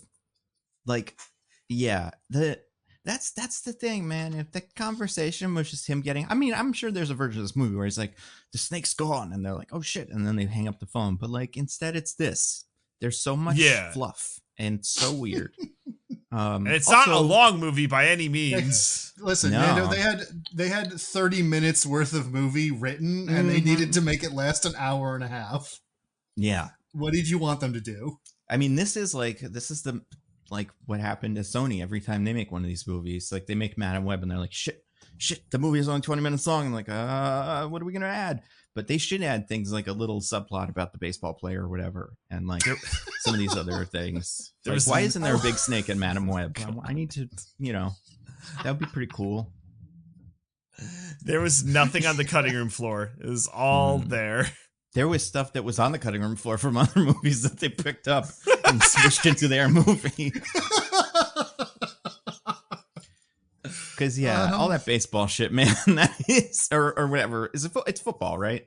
I think. Yeah, It's college football. Well, he's College just football. a general sports commentator. Right. Because he's interviewing the Oh, football people my later, God. but then they're also like, oh, but they also want you to interview the golf lady. The lady Right, golfer, right. yeah. The lady, Lady yeah. golf. Do you remember This is why? lady golfer. Do you remember why he can't interview the lady golfer? Because No, she's dumb, but I why? can't remember the wording. What was it? She's so stupid. She went to study for her pap test. God. Yeah. Is that a thing? Like, was that ever part of it? It's like, I mean, I don't watch a lot of golf. Do either of you guys watch golf? No, I do not watch No. golf. I know there are like there's women that are like famous golfers and stuff, and like all the older, like super old ones are men, like Arnold Palmer, who we all have to think about this week, but also like, you know, your Tiger Woodses and stuff. I feel like the vibe they all give off is like intelligent, you know? But why then is this the stereotype that is for women? It's like, if a woman wants to do it, obviously, head full of rocks, right? Like, she can't have figured it out the same way. I don't understand it.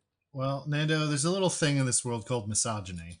I don't know. I don't care for it, and I don't think that's what this is. I think this is something very different, something specific to Hawaii golf culture that we just don't understand. You know? Oh, sorry. Problem with these movies. I just realized I did forget something very important before the people show up to steal the diamonds back, which I've got to go back and mention. Taryn does ask Donna about Rowdy's dick, and she says it hangs 4 inches off the floor. Yeah. Which is, like, frankly, a horrifying length. It's like a fucking snake.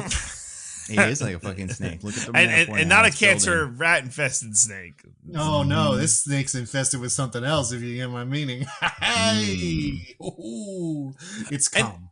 And like the setup is so weird because like, oh yeah, he's got like 4 inches, and Taryn's like, 4 inches? What? That sucks. She's like, well, I measured from the floor, and it's like, how the roundabout way we got to he's got an Arnold Palmer like schlong. This is how people used to talk. We used to be a society with fucking words and grammar, and TikTok and texting we used to answer questions by setting ourselves up for pithy statements. For sick and we don't do that stuff anymore. No, we don't. Everybody's just, I gotta get all the information out so I can get home as fast as possible, play my Game Boy. No, fuck you. You gotta make it a thing. You have to have some fun with it, you know? This is what the knights used to do. This is what chivalry and like all the, you know, the way they would talk and have all the flowery language and shit. But also, you know, it's a lot of work. I get it. Also, speaking of stuff we haven't talked about yet, and Rowdy, we see them earlier in this movie too. We are about to see them, which is what I was about to bring up. Yeah, we got to talk about that. It's amazing. So, because this like Seth Romero has stolen the diamonds back and everything, and they're just talking to Dixon. I believe they tell Dixon like, we need the boys to come here because things are getting more serious. Mm-hmm. So then we see the next day Rowdy and Jade. This is the first time we're meeting Jade, but Rowdy is the guy from the first scene. Who are training, like doing like karate with each other, and here's where we get some of that classic casual racism. Yeah, where they're like, "We are Chinese masters of the art." Confucius say in the racist Chinese accent you can imagine. Like people, that was actually a weirdly common joke. It used to be. Oh yeah, that is not a hard ticket to Hawaii exclusive. That comes up all over culture. I don't know where it came from, but it must have been like, what was that movie where Mickey Rooney was a Chinese guy? I feel like a really Breakfast at weird. Tiffany's. Yeah, maybe it's that. Maybe it's that. The director probably watched that right before he did this. Mm-hmm. And he was like, "I'm gonna find the next Audrey Hepburn." Yeah. Donna, swear you're gonna be a star. And she is. And she is. Yeah, he was right. Yeah. So they're training, and then a guy shows up with their lunch, and he's like, "Oh, it's a message from the agency," which turns out to be true because in the sandwich, he picks up the first slice of bread, and there's just a note in there. Yeah. Like a letter or something that's like, "Come to Hawaii." And they're like, "All right." And then they like try to do the Mission Impossible, like destroy the message afterwards, but they clearly like it doesn't really work. It just sort of singes some of the styrofoam and then doesn't do anything else, and they just cut away. Yeah. What was the purpose of the sandwich? The thing could have just had the note. Well, but then it wouldn't have been spy, and like, you know, it would have been, people would have seen it and been like, oh, he's delivering a message. But with this, they're just like, he's delivering them one of those sandwiches. Also, this guy is described as the sushi man or something. So I think just the sandwich will tip off some people that something's a little up. But yeah, these are just regular 80s guys on their boat. It's one of those sushi sandwiches. You never had one of those? I mean, you know, that's sushi probably burrito. Oh, those no, are it's a sandwich, DJ. Sushi tacos, those are pretty good too. Ooh, Okay. also Big yummy. fan. While one could argue that burritos and tacos are sandwiches, I am saying this is a classical 2 pieces of white bread sandwich. That's right. Yeah, it's a Fire Festival sandwich. Even in It really Fire is. Festival sandwich receptacle. Yeah, they also, this guy parks his little, he doesn't just like walk up to me, he drives on the dock in a little motorcycle-y thing, parks it way too close to the edge. I'm like, dude, your thing is going to fall into the water. But Oh, yeah, 100%. he does this a lot. He's a professional. So I should have taken his word for it. Pretty cool. But anyway, so they're coming to Hawaii. This is where things get a little murky in terms of what happens when. Because a lot of random shit happens. None of it has any real relation to anything else. Mm-hmm. I think the next thing we see is they go to Edie's again, Donna and Taryn, and they tell Edie the boys are coming because stuff's getting real. But we hear the bartender, a woman by the name of Michelle, overhears this. Yeah. And she goes and places a call to Seth Romero and his goons. Egad. Yeah. So it turns out she's a spy. So they know Rowdy and Jade are coming. So they have a setup waiting for them. When they arrive, there's like a car waiting for them that Donna and Taryn set up. And so they're driving over to, I think they're driving to Edie's for some reason. That's where everybody driving. goes. Gotta get to Edie's. And while they're driving, they pass by a guy who's, this is my fucking favorite scene in the whole movie. Mm-mm. They pass by a guy who's skateboarding on his hand. So he's like doing a handstand skateboarding. Yeah, it's pretty cool. And they're just like, oh, that guy must smoke all the weed. Am I right? Yeah. High as a kite, that guy. Mm-hmm. And then they just pass him and he goes past them. And then we follow the skateboard guy as he goes like down a hill. So that he's just out of sight of them. He gets off his skateboard. He gets into a car where some of Seth, I've already forgotten his last name. Romero. Romero. Yeah. Some of Seth Romero's goons are. And also a blow-up sex doll for some reason. Yeah, what the hell? Like in the front passenger seat. I don't know. Anyway, he gets in the car with them and is like, they're just up ahead. Let's get them.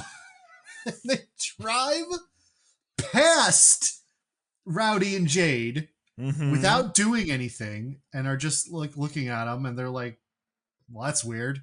But they just speed ahead of them. And then while they're ahead of them, the skateboard guy gets out of the car back onto his skateboard and pulls out a gun and is like riding along behind the car, shoots at Rowdy and Jade.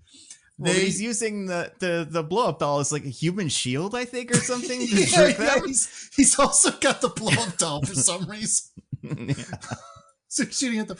They like shoot the car, which crashes or whatever. Mm-hmm. But then the skateboard guy, the way they deal with him is Jade drives the car, like rams him with the car. So skateboard guy and the blow up doll go flying up into the air. And while they're flying in the air, Rowdy pulls out a rocket launcher. Yep. Shoots the guy. So he's fucking obliterated. And that's what happens when you shoot something with a rocket launcher. There's no two ways about it. Like it's not like he gets blown into pieces and like chunks of the guy go raining down. Atomizes. He's atomized. There's not a bit remaining of this man. And then then Rowdy also does that to the blow-up doll for some Finishes reason. the Do job. you get it? It's a blow-up doll. Do you get it? If I were him, I'd be like, well, that's got to be part of it, right? I'd probably blow this up. Is it a bomb? And it's not, but no explanation given or needed. Just that's probably what it is. The guy asks, is like, well, you brought the rocket launcher? It's like, yeah, you know. Well, it's the only thing he can aim, you know? And it doesn't miss. Yeah. It's the only thing. Yeah. Or it's the only way you can hit moving targets, which doesn't make any sense. Later, we learn there is a running joke that he has really bad aim, but this is the first time we see him aim anything, and he's got insanely good aim. He shoots a man out of the sky with a rocket launcher. Yeah, it's awesome. Also, because I do have it going, I do want to point out there is a minor scene before this, what you could call a sexual scene. That takes place on the beach. That with is this when the honeymooners? No, this is the what is her name, Tanya or Taryn or whatever. Her boyfriend, picks her up. Right. This is when we officially meet Jimmy John Jackson. Yeah, who it turns out is Taryn's boyfriend or something. Mm-hmm. And they reconnect at Edie's, and then they just go and run around topless on the beach and then have sex. Yep. Yeah. They have. It has no bearing on the rest of the movie. It's just a thing that happens. It is bizarre too, because every sex shot, for people that have seen movies where there's sex in it sometimes, usually it starts with the two characters coming together and then making out and stuff, and then the next shot is them usually that's on the top end, of each Nando. other. or that too, and then the next shot is them on top of each other wiggling around, and then maybe somebody's face and then wiggling around. This sex scene is them come together, kiss, and then the next shot is that again, but from a different angle, and that again from a different angle. Like the sex scene just keeps starting. It's pretty insane how much they don't actually have sex in the sex scene. They just get in different positions to kiss. It's true. Also, what do we know about this guy? What's his one character trait? Because I love this. Besides that, he's a sports Oh, right. He takes a lot of supplements and he's got all the supplements, man. Yeah, he's one of those guys who picks up every pill and goes, "This is AB27. This is for mind focus, man." This guy would definitely listen to Joe Rogan for sure, and have crypto. He would have a lot of crypto. Yeah, this guy would be full of it. 100%. Mm-hmm. All right, so after the incredible skateboarding assassination, they Rowdy and Jade are at the hospital, and they call up Edie, our car broke because a skateboarding man shot at us. Can you come get us? Yeah. So Edie's fine, but the bartender who's a spy, Michelle. She was listening in. Oh no. So now, intercut with Edie getting changed, where we see her undress and then put on a new outfit for what an insane scene. I don't know. There was a lot of weird, Here's the thing, Nando. That's intercut with a second utterly unrelated person getting out of the pool and then getting undressed. Well, the person getting out of the pool at least was they interacted with the person, they because we'll talk about it, but the spy, the person with the cell phone or the phone thing, he has a weird little interaction with them. But with the one going into the room and then just changing and us watching and then nothing of consequence happening, it really feels like they stuck a camera in there. They just, that was the weirdest part of it. The weirdest one of these to me, even though this next one that comes up is also pretty bizarre. Right. So then after Edie is changed and leaves, Michelle, the bartender, goes in and she runs into the pool lady who's you gotta work out if you want your boobs to be rocking. Yo, man. Yeah. Also, of course, this lady doesn't have a shirt on now because why would she? Well, I mean, she's got to explain that to this person who she trusts, because why wouldn't you? And that makes sense. Yeah. But then after she leaves, Michelle starts undressing and we find out Michelle is a guy disguised as a woman, and Yep. frankly, very impressive drag. Yeah. Yeah, honestly, you know? very convincing. Like, I want to be clear. Like, we see him do the whole process of undoing the makeup and taking off the clothes. This isn't a situation where they like had a female actress play That would be great. him in a disguise and then the male actress. This guy was actually in drag doing this performance, and it looks pretty convincing. It's quite convincing. Mhm. Yeah. Like, I was genuinely shocked when they did this, both because it was so good and also because it is utterly pointless. Yeah, it's a pretty crazy, like, because it's this character will like go back to the bad guy team dressed as businessman, in a suit Yeah. and tie and stuff, and it does seem like this is just his spy persona deal. Is he like infiltrates wherever, and if you want to work here, you either have to be that one manager guy who I was is gonna the say, guy that everyone hates, or sexy lady. So right, he couldn't work at Edie's. I actually think Yeah. this makes sense. He couldn't work at Edie's as guy, so he's Right. got to be a sexy lady. So You gotta be a sexy lady, or you gotta look like you're gonna be in jail within the next 5 years for sex Yeah. crimes. honestly, like, this is almost kind of a commentary, on the way that this horrible environment forces people to conform to these strange, standards of beauty and stuff, and Well, Nando, what gender, really shocks me about all this that. plot twist is how little it's a commentary on anything. Yeah.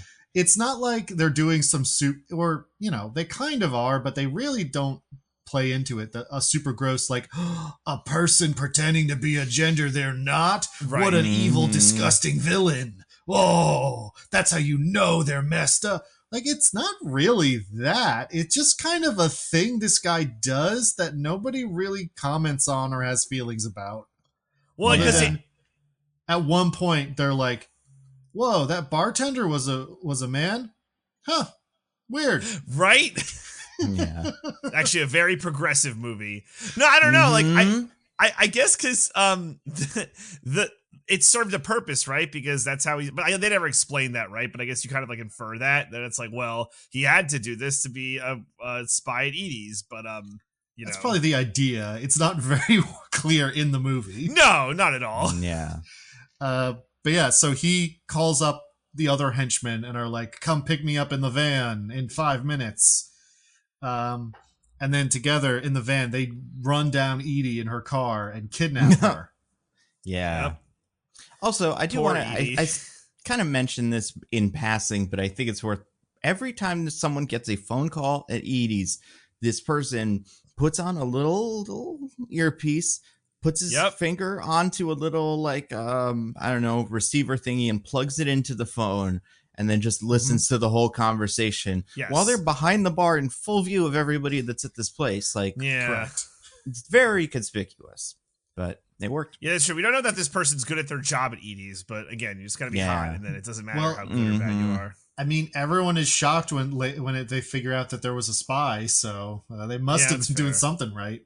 Yeah. But yeah, while that's going on, Donna and Taryn are doing some reconnaissance.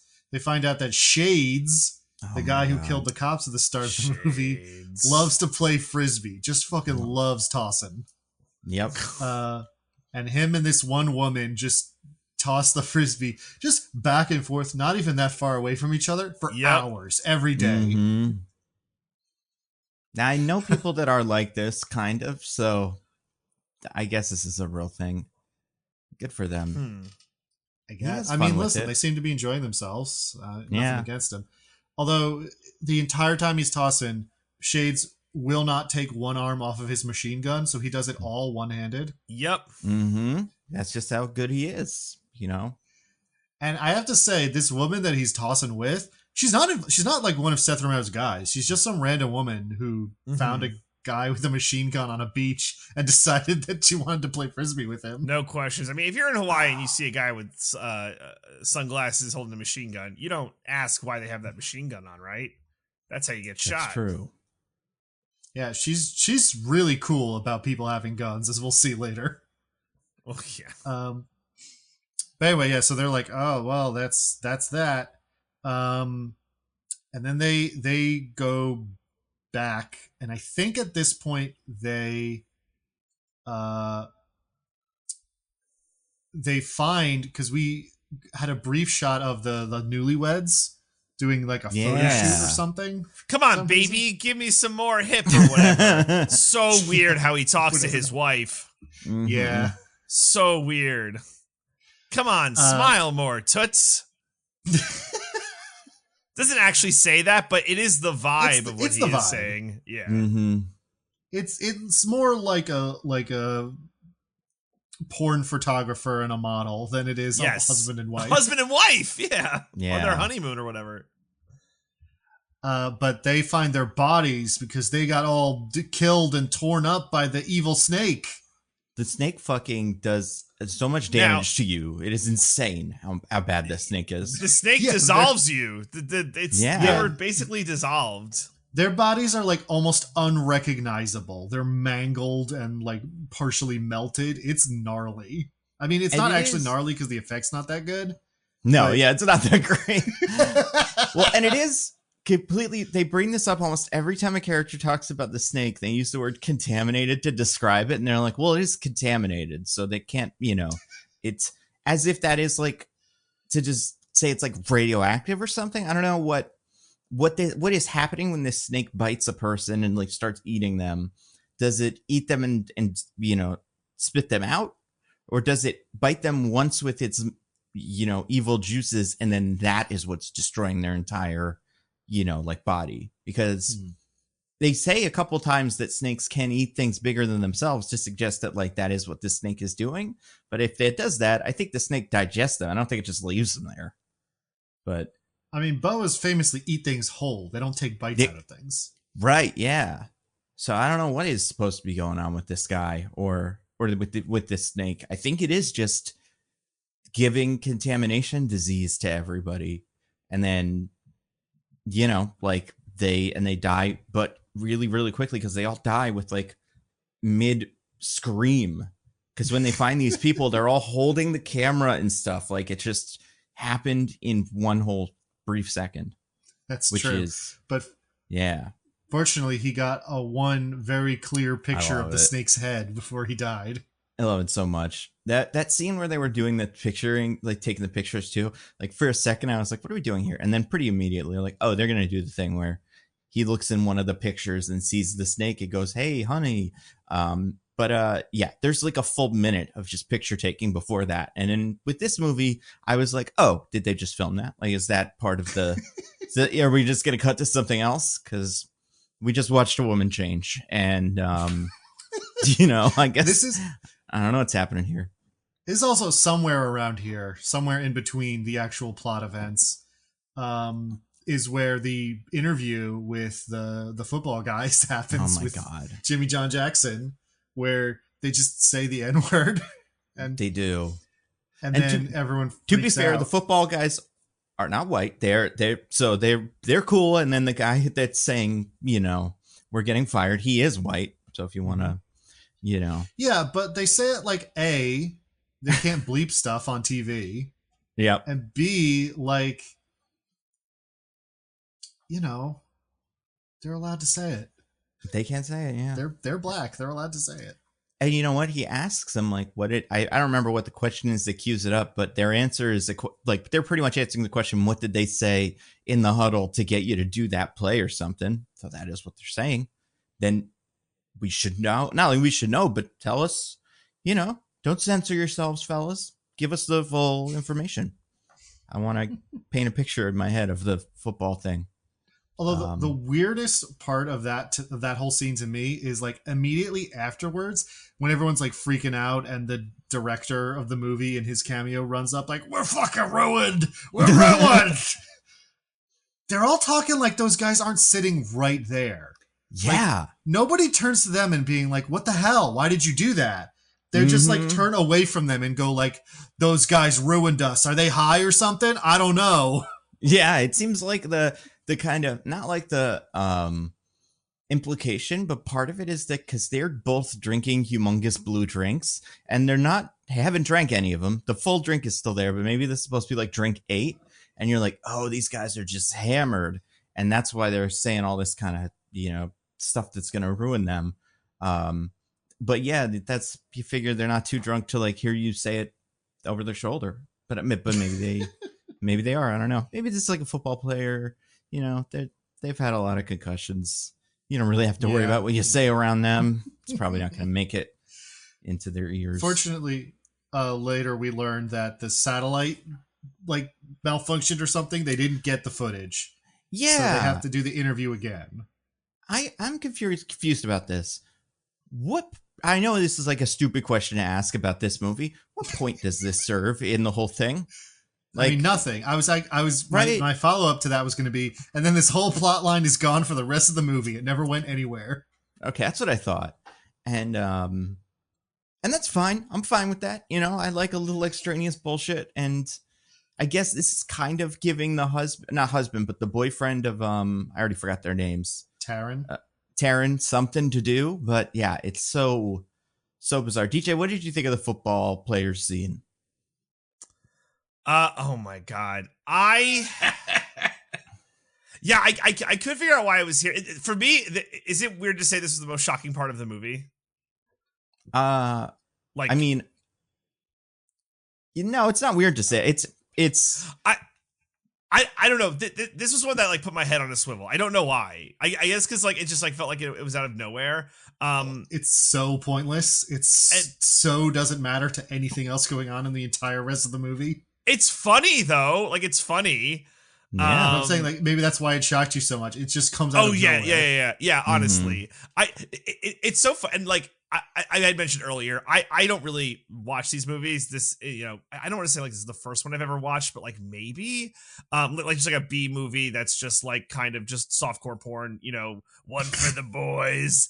And I'm just taking it at face value. It's like, yeah, nothing needs to make sense here. That's not why any of us are here. Yeah. And I think this is like at the top of the list of like weird random shit that has nothing to do with the movie. They were just having fun with it, Yeah. Mm-hmm. They had everyone on set. They were like, let's film a scene. Right, yeah, someone had an idea, and then they were like, oh, yeah, we could do that. And then they probably call, you know what this could be? This is probably what it is. Who are those two guys? The two actual football Are they real football players that needed a cameo justified in this movie? And they were like, just have us be interviewed for a football thing or something. I don't know. I don't think so. Okay, I could be convinced that's what's happening. Not that the story they're telling is real, but that that is why they're here, is because they had two football players. They couldn't do any of the other stuff. They couldn't get roles in the movie as like henchmen or whatever, but they did want to be around because they just love it so much. And they would go to Hawaii, right? Because that's also added bonus of working on this movie. Gets to go to Hawaii, and also let's act drunk. We get to act drunk. Isn't that fun? The being drunk is so weird. Yeah, they might as well made him like rosy cheek and like like burping like gas bubbles. Like we're so wasted. Yeah, it's pretty rough, man. That's really the only acting in this movie that I feel like doesn't quite hold up. Everything else I think is pretty good. Yeah, everything else rock solid. Yeah, just incredible generational talents on display. I do think that, like, to be fair, I will say, speaking of drinking, one thing I read about this movie is that I believe the lead actress, and I don't know, I've already forgotten the names, but the DEA agent, I believe, would go on to say that she had like problems with alcohol and was drunk for most of this shoot or something. Really? But in a way that was like, they like were trying to get her clean throughout the shoot too. I don't know. I didn't fully read the thing. But all I can say to that is could never have guessed. I didn't even for a second register to me. And I think it's because for me, all the main characters, all the good guys are doing a pretty good job. I'm pretty much in on all of that. All the bad guys are doing terrible jobs. All their accents are weird and all of their reactions are insane. But I think all the good guys are okay. All right.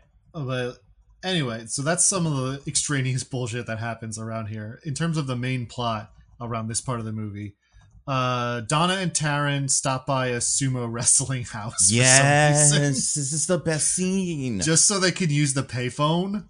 Like, there's no other reason they go there. And Taryn's like, I can communicate with these guys. First of all, like, they don't speak English. Like, I don't know why guys who are, set up, like, their sumo business in Hawaii wouldn't speak any English, but okay. Mm-hmm. And then she speaks really bad Spanish to them, while the two sumo guys look at her like she's crazy.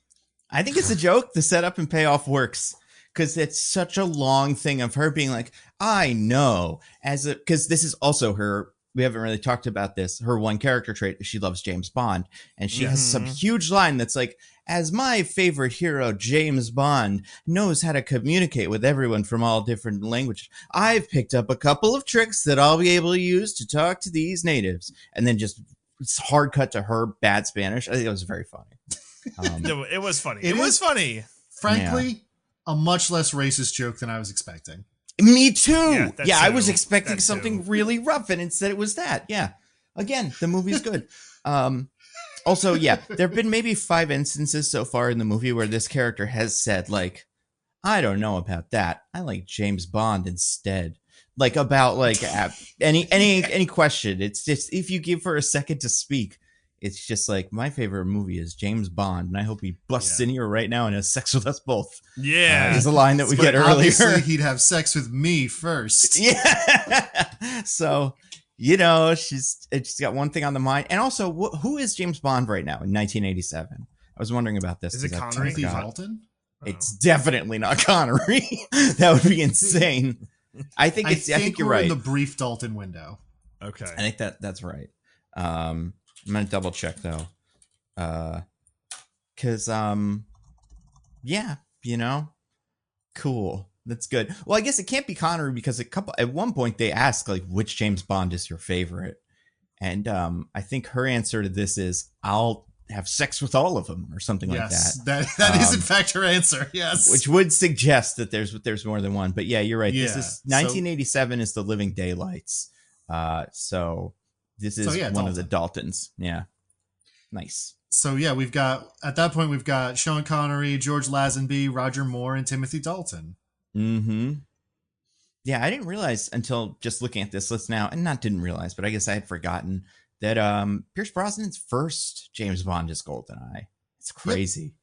So good, and just never even gonna kind of touch those heights again.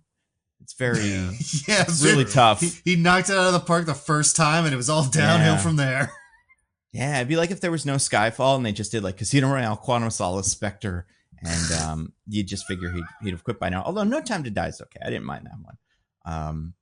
But yeah. We did a pod on No Time to Die, and I believe we all at least kind of liked it. I believe that was the movie where DJ met my future wife. Oh, was that right? Is that right? Nice. Forgot about that. The woman, for those who aren't up on the lore, I'm talking about a woman who, during the movie, took a work Zoom call, like, under her coat. Yep. And when asked about it, she kind of made DJ feel like it was his fault or something, right? Yeah. And I was like, hey, she's like, no.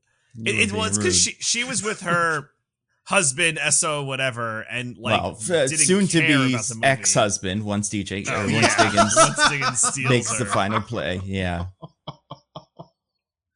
But anyway, okay, so they're calling Edie's to be like, hey, have Rowdy and Jade showed up? And they're like, no. And they're like, all right, well, if they do, tell them to meet us. And then Rowdy and Jade like hitched a ride to Edie's or whatever. And they're like, hey, how come Edie never got to us? And they're like, I don't know. She left. And they're like, uh-oh. So they take Ashley, which is the sexual harassment man's car.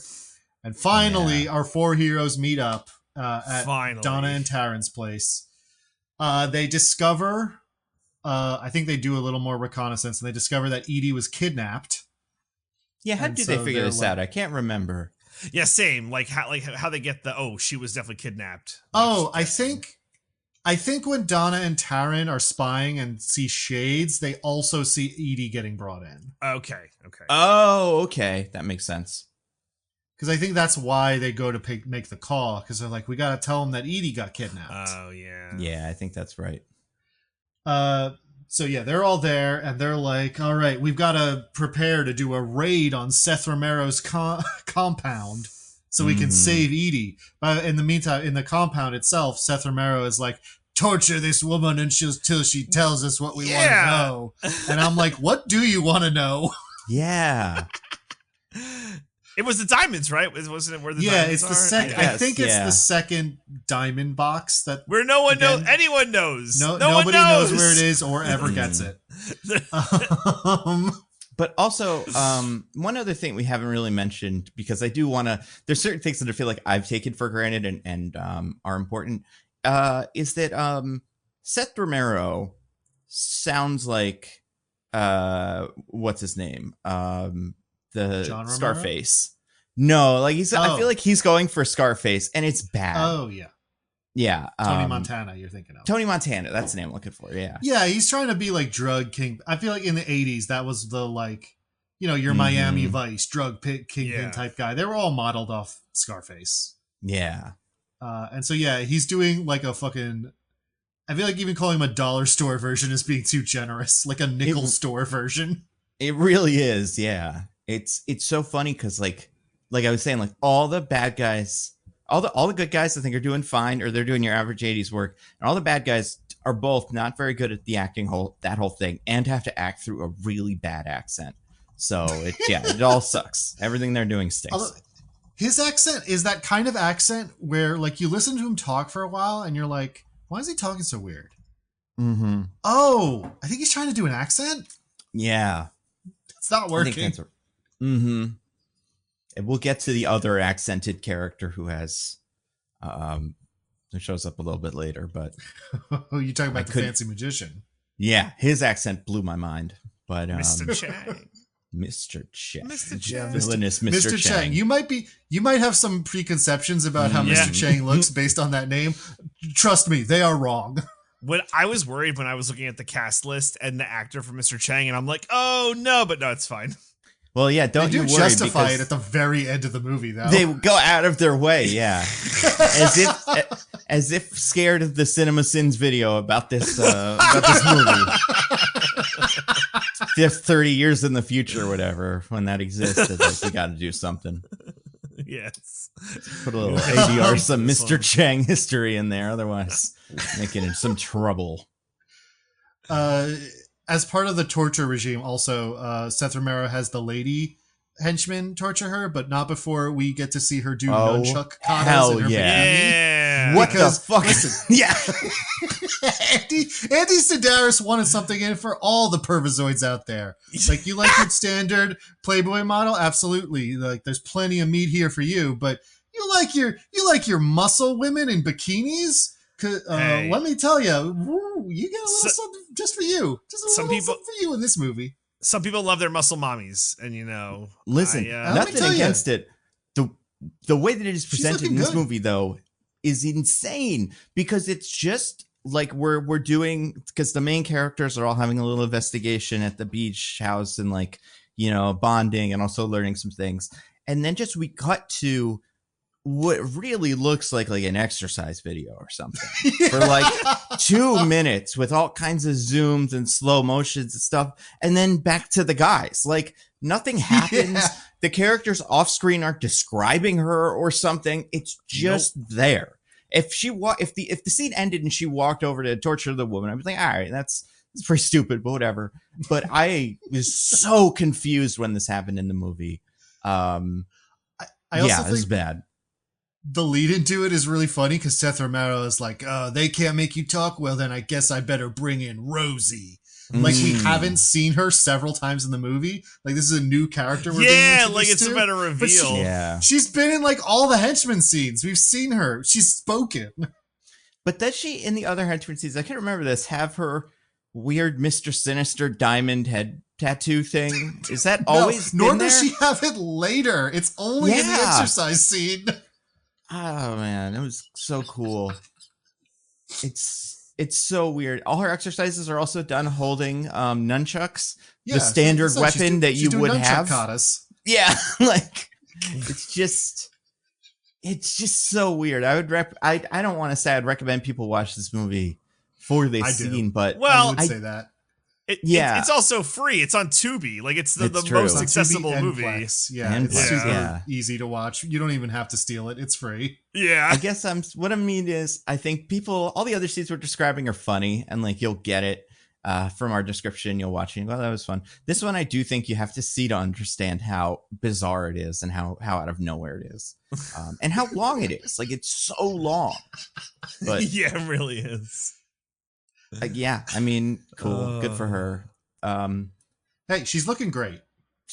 And she's, she's got a cool gimmick, which is strong and diamond and nunchucks. Like, I appreciate that. So she seems to be into it. She's having a ball slowly posing with the nunchucks like a little robot. So, yeah, cool. It's like she's in the Hall of Presidents as nunchuck president. But she's quiet. That was her main trait as president. Silent nunchuck lady, they called her. I was going to say quiet and nunchucks are two main president traits. I'll take it over certain presidents these days. You know what? Would be far from the worst. Quiet nunchuck sounds pretty good. Anyway, so back at the house, Donna, Taryn, Rowdy, and Jade are like, all right, we got to get ready to save Edie. Yep. And Donna's like, Rowdy, I've got to show you the video of the Frisbee man. Let's go in the other room. Yeah. And they spend like 30 seconds watching the video and then immediately have sex. So there's so much stuff about that scene that's incredible. First of all, the two people flirting that aren't those two are the civilian and ponytail man. And do you remember what they flirt about? How their flirting goes? Oh, so you're making a margarita, if I'm not mistaken. But then obviously it's more of a martini because that's what James Bond would drink. And then he puts like a twist of lime in the vodka and shakes it up and drinks it. And she's like, all right, that's my guy. No, he puts a twist of lemon in his mouth. That's right, yeah. Shakes the vodka he doesn't put any ice in, so there's no reason to shake it. And then just downs it. And she's like, yeah, that's my kind of martini. Yeah. And that's pretty cool. And then, so there's that. Then the sex that happens. I think this was the thing that genuinely took my breath away when I was watching this movie. Well, first of all, because I wrote it down because it viscerally disgusted me so much. Do you remember the line Rowdy says to lead into the sex? No, I don't. What is it? Donna says something like, you wanna do whatever, or you wanna make me a traditional housewife or something. Oh yeah. And he says, all I want to do is suck the polish right off of your toes. Bro. That's not disgusting. hot. That is not fucking hot. Disgusting. Apparently it is. I don't know what to tell No, him. not well, I DJ, gagged. I think the evidence suggests otherwise because it works. Yep. Have you ever tried it, DJ? Next time, maybe a nice I'll quiet try moment time. where you want to Jesus see. Christ. Yeah, and it has to be a night where she's put nail polish on her toes. Otherwise, it's gonna sound crazy. But right. Just give it a try. Speaking of which, did Michelle watch this one with you? That's a good question. No, unfortunately, no. There was no time. Clearly, you're going to have to watch it again. Mm-hmm. Maybe I told her about it, and she's like, "I have no interest." I'm like, "Well, maybe try." Maybe try, because if not, we are getting a divorce. This is the deal breaker. This is the discovered deal breaker. I will say, for this guy who has terrible pickup lines, he's also a terrible lay. He's a horrible. How dare I was you. just about to get there, DJ. Oh, please. So please. So we get treated to... It starts the same way as the other one, where Nando said it's just them, like, kissing over and over again. Like, coming together and kissing. But we do progress in this one, actually. We do get further, where they have a mid-coitus conversation. But the position they're in mid-coitus is Rowdy is, like, laying back in a chair... And Donna is draped over his lap, like, but positioned in such a way that the only place his dick could possibly be is in her belly button. Yeah, there's very few ways to position two people in that there's nothing sexual that can be happening there, except for this way. This is how people should sleep in the Navy or something if they want to. Because even head to toe, you can kind of match up some stuff. Nothing matches. There's no reason to do anything. Yeah. I was like, well, but doesn't this guy like direct like pornos? Like, is this not? Shouldn't he like be more convincing in the fake sex? Like, I couldn't believe it.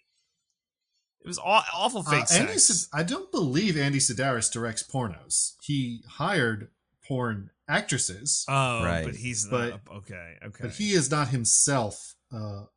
Well, that makes sense. Oh, yeah. Has he never seen two people have sex? Actually, you know what he did before he started making these movies? What?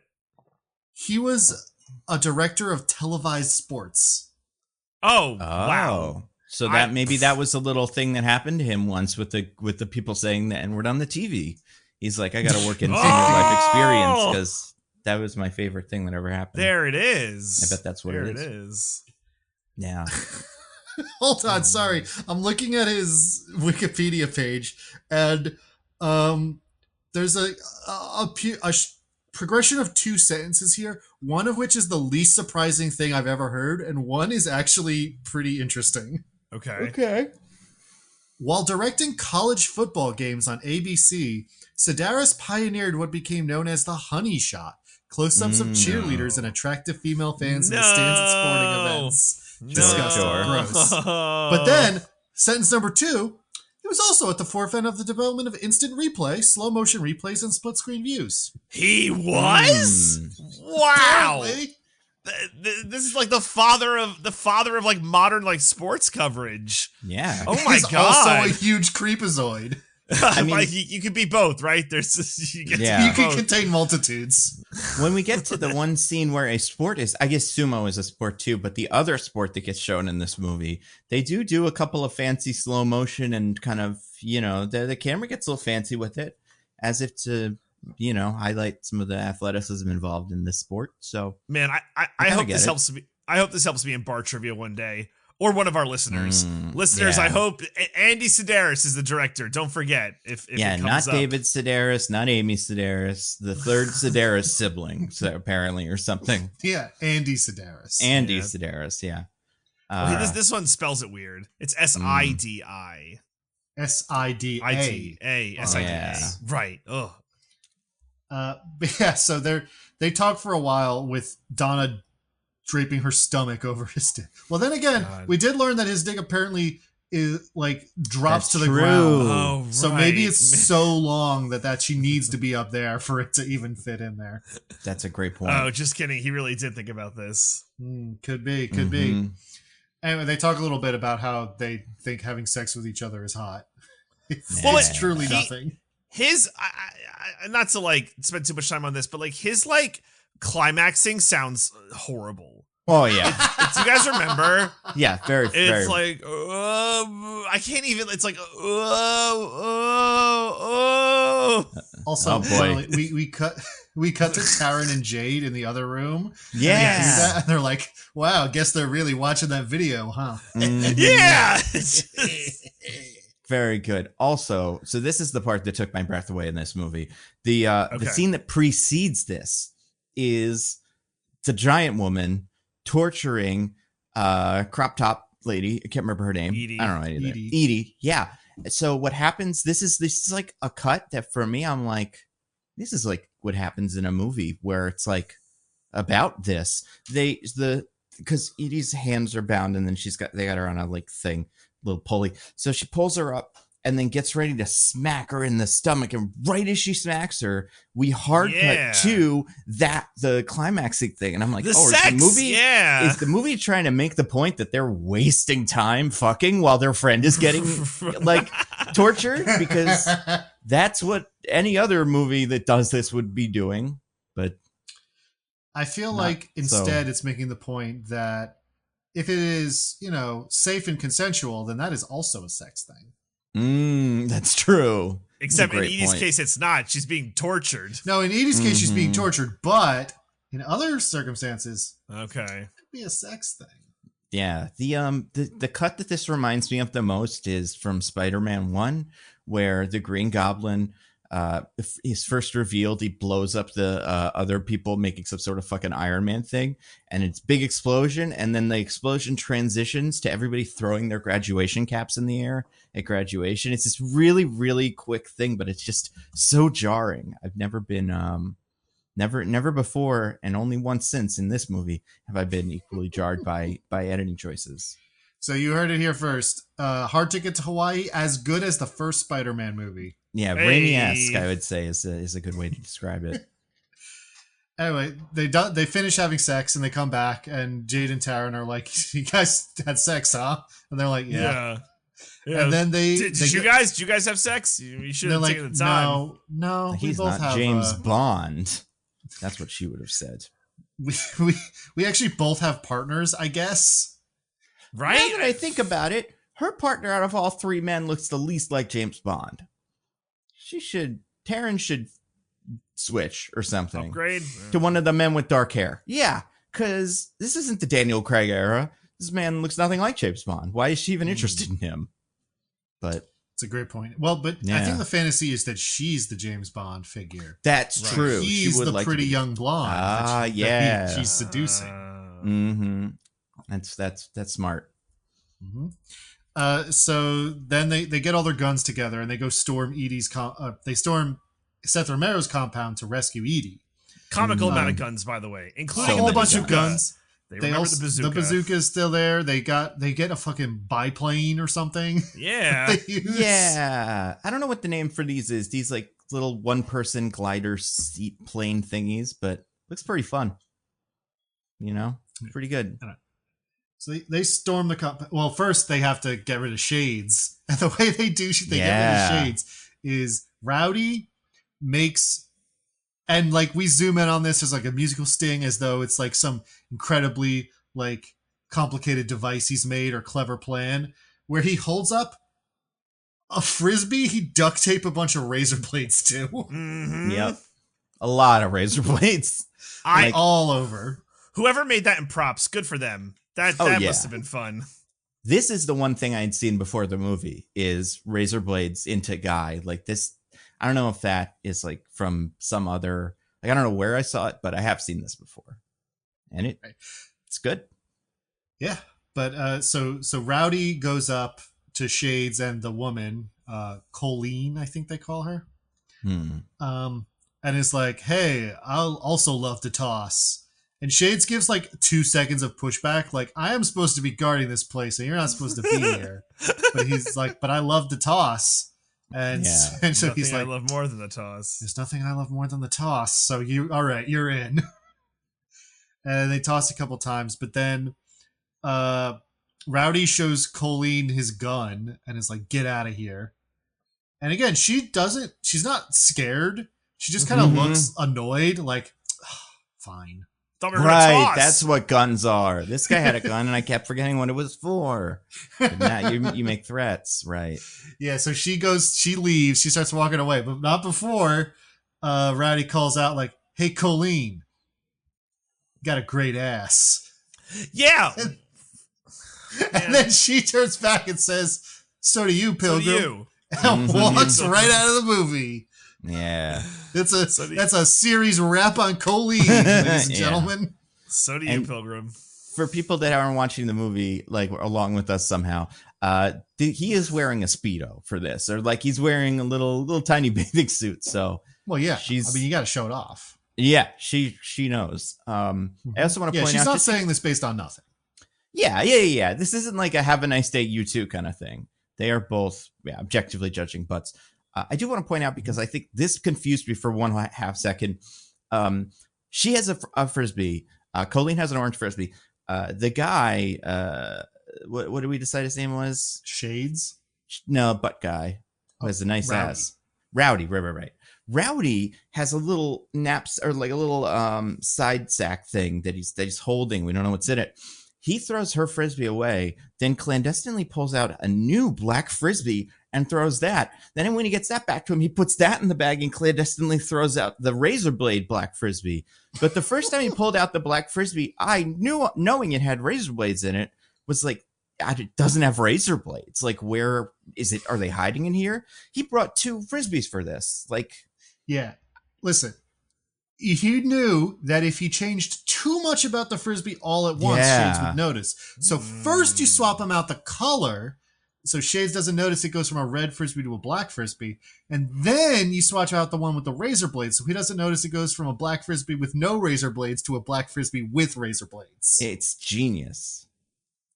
It and totally he doesn't notice because when Rowdy throws it at him, he holds up his hand to catch it, and it slices clean through his fingers and into his neck, killing him instantly. Incredible. Yeah, it's the power of tossing. It's dangerous. Yeah, who knew the frisbeeing would come back in like a meaningful plot way? Good movie. Not just a silly like Top Gun, we're having fun on the beach, you know? Yeah, well, listen, we're dealing with a clever man in Rowdy. You let him know your one weakness is tossing, he's going to find a way to turn it against you. That's right. As I guess maybe a nitpick, what force would you have to throw that at for that to like actually happen? To like slice clean through your fingers and then lodge into your neck and kill you instantly? Yeah. You have to toss it pretty fucking hard. I feel like so Superman, you're gonna be Superman. The tricky part of it would be, I don't think you'd have to tossing it hard. I don't know how this works, but you'd really it would have to rotate a lot, right? Like you'd need to get it to spin a lot. And that's got to be really hard with a frisbee. I imagine you throw it as hard as you can but maybe there's like a way to get it to spin extra much spinning. I don't know. Yeah, I feel like frisbees are designed that no matter how hard you toss them, when they're actually sailing through the air, they're not going that hard. Yeah. Any frisbee experts that listen to the podcast, let us know. Yeah, let us know. This is Discord.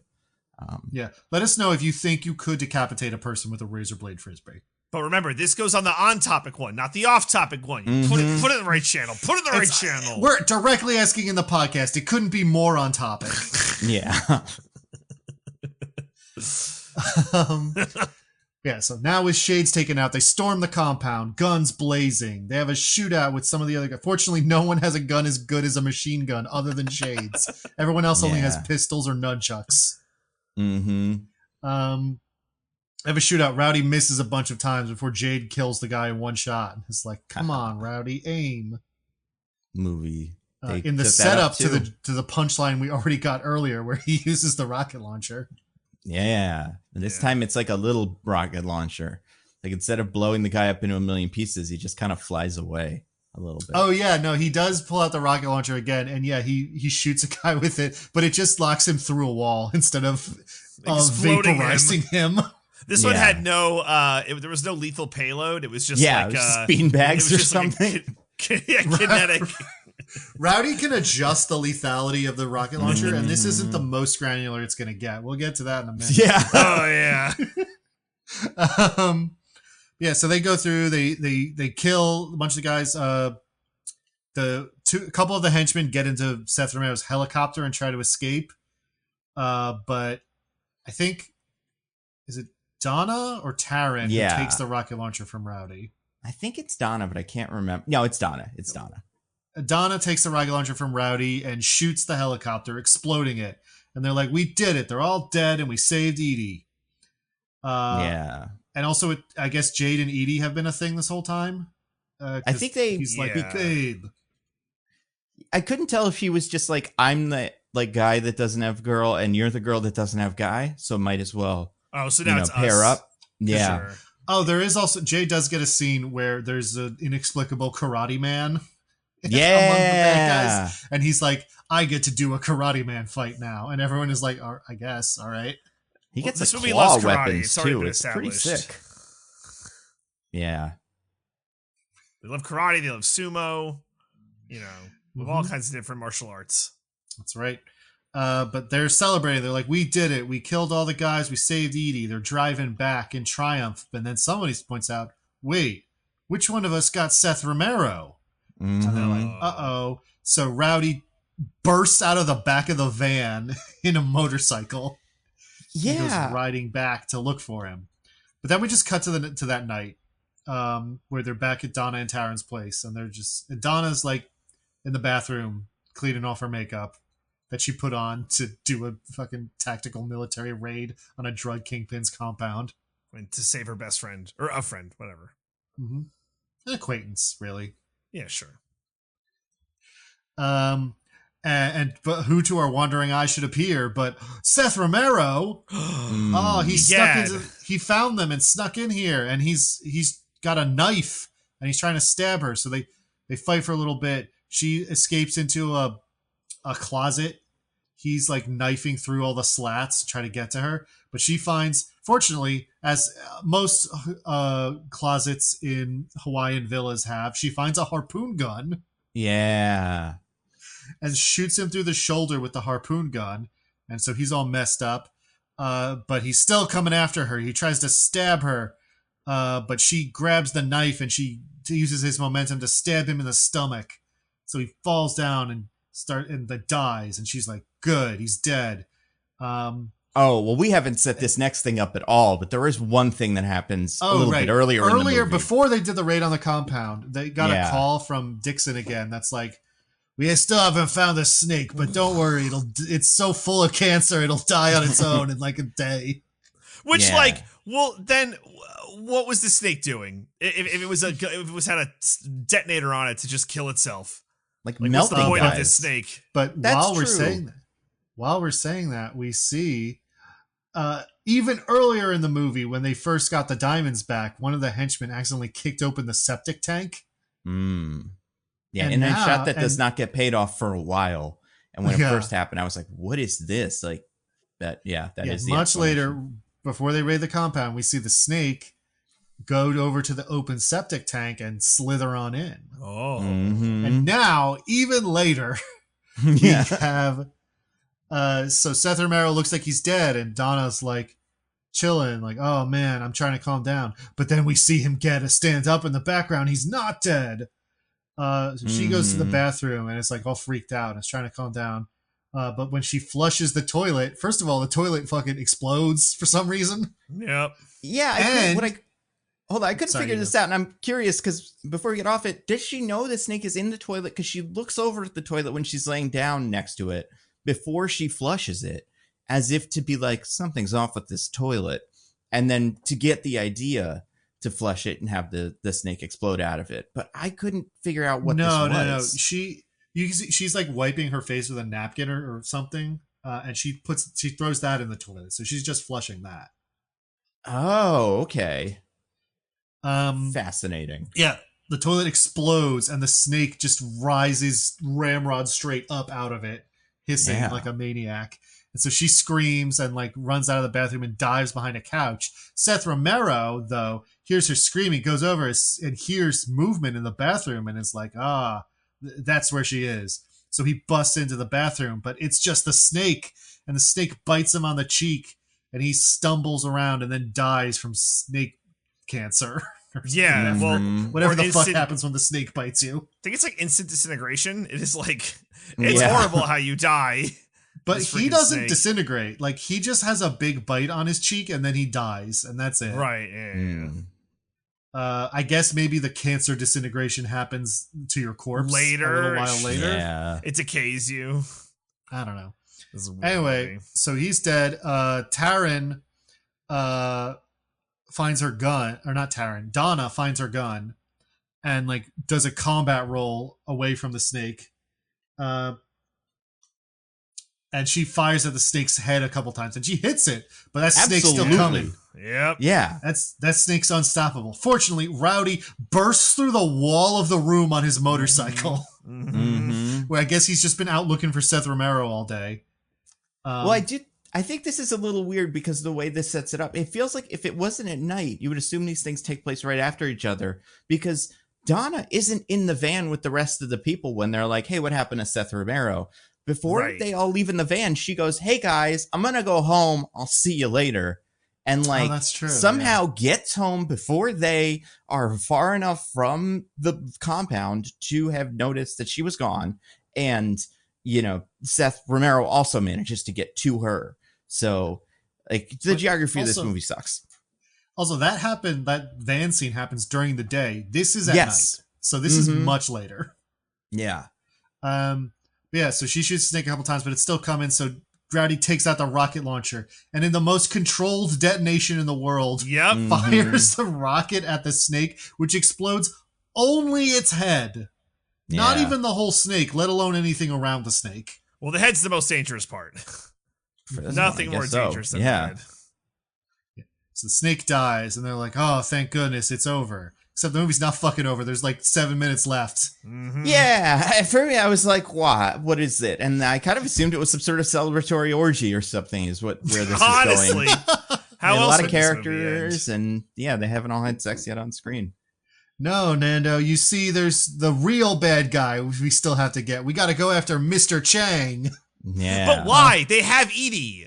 Like, it was a rescue mission to get Edie, and they have her. Like, why did they have to But go they after also Mr. want to Chang? bring down the drug operation. But why? Because they were...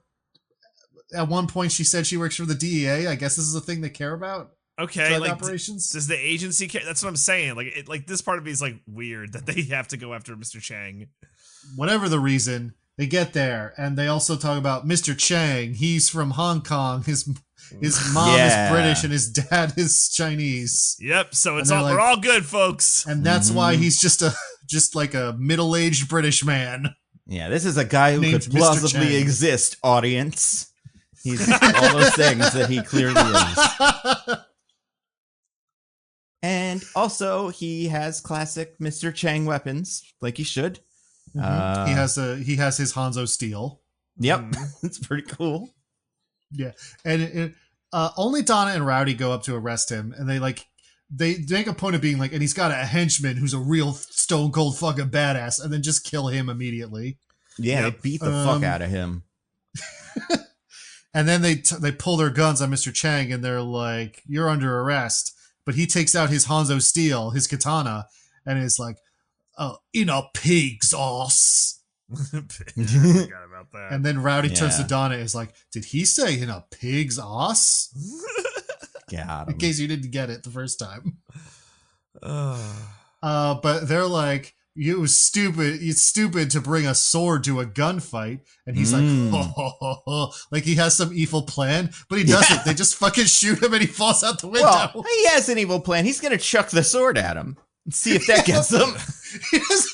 I don't think it even goes near them. We don't even see where it lands. It's right between them. Like he should have picked, because he could have probably gotten one of them, but instead he gets 0. And yeah, he had 2 swords, so he easily could have had them both and then just gone for it. But damn. Yeah, he only throws the one. But yeah, and also Donna has a different gun now. That's her character development, and she's gone from having the littlest gun ever to a gun that's as big as a car. Yeah, it's got a big ass. She's got like a Dirty Harry Magnum now. Yeah, so good for her.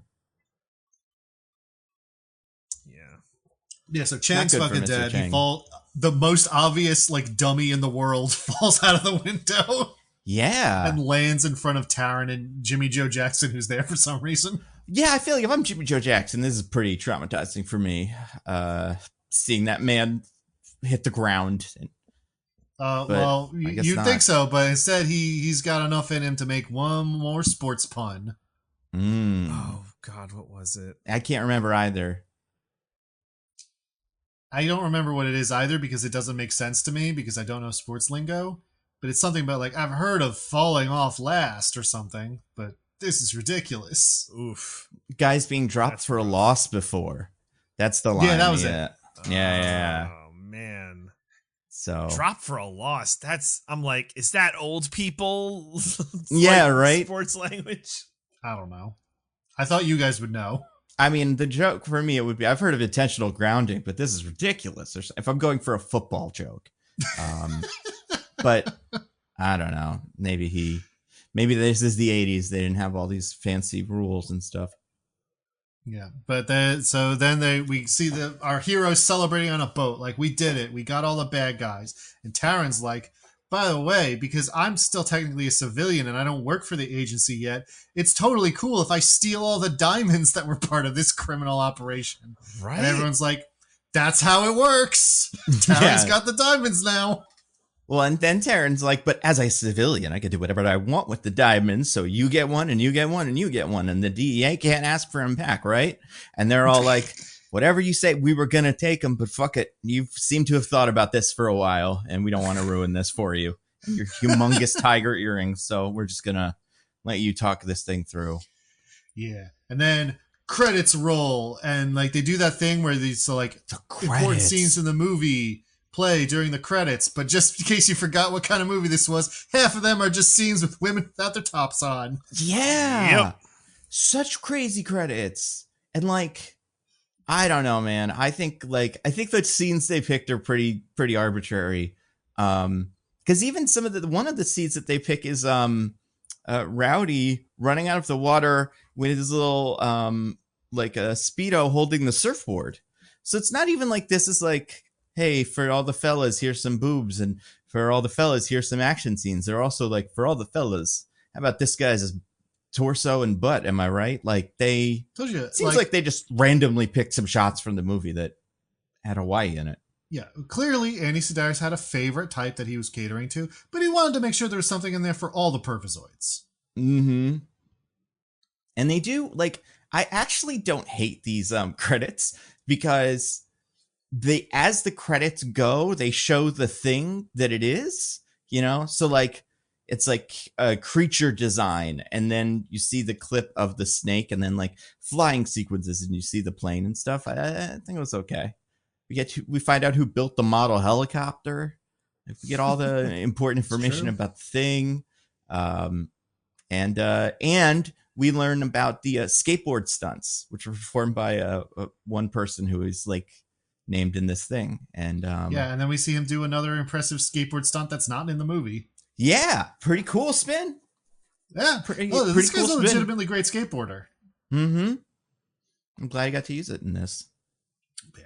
That's Hard Ticket to Hawaii, guys. We did it. Man, we did it. I love Hard Ticket to Hawaii. Also, this movie has two songs. One is called Hard Ticket to Hawaii, and the other one is called Hard Ticket.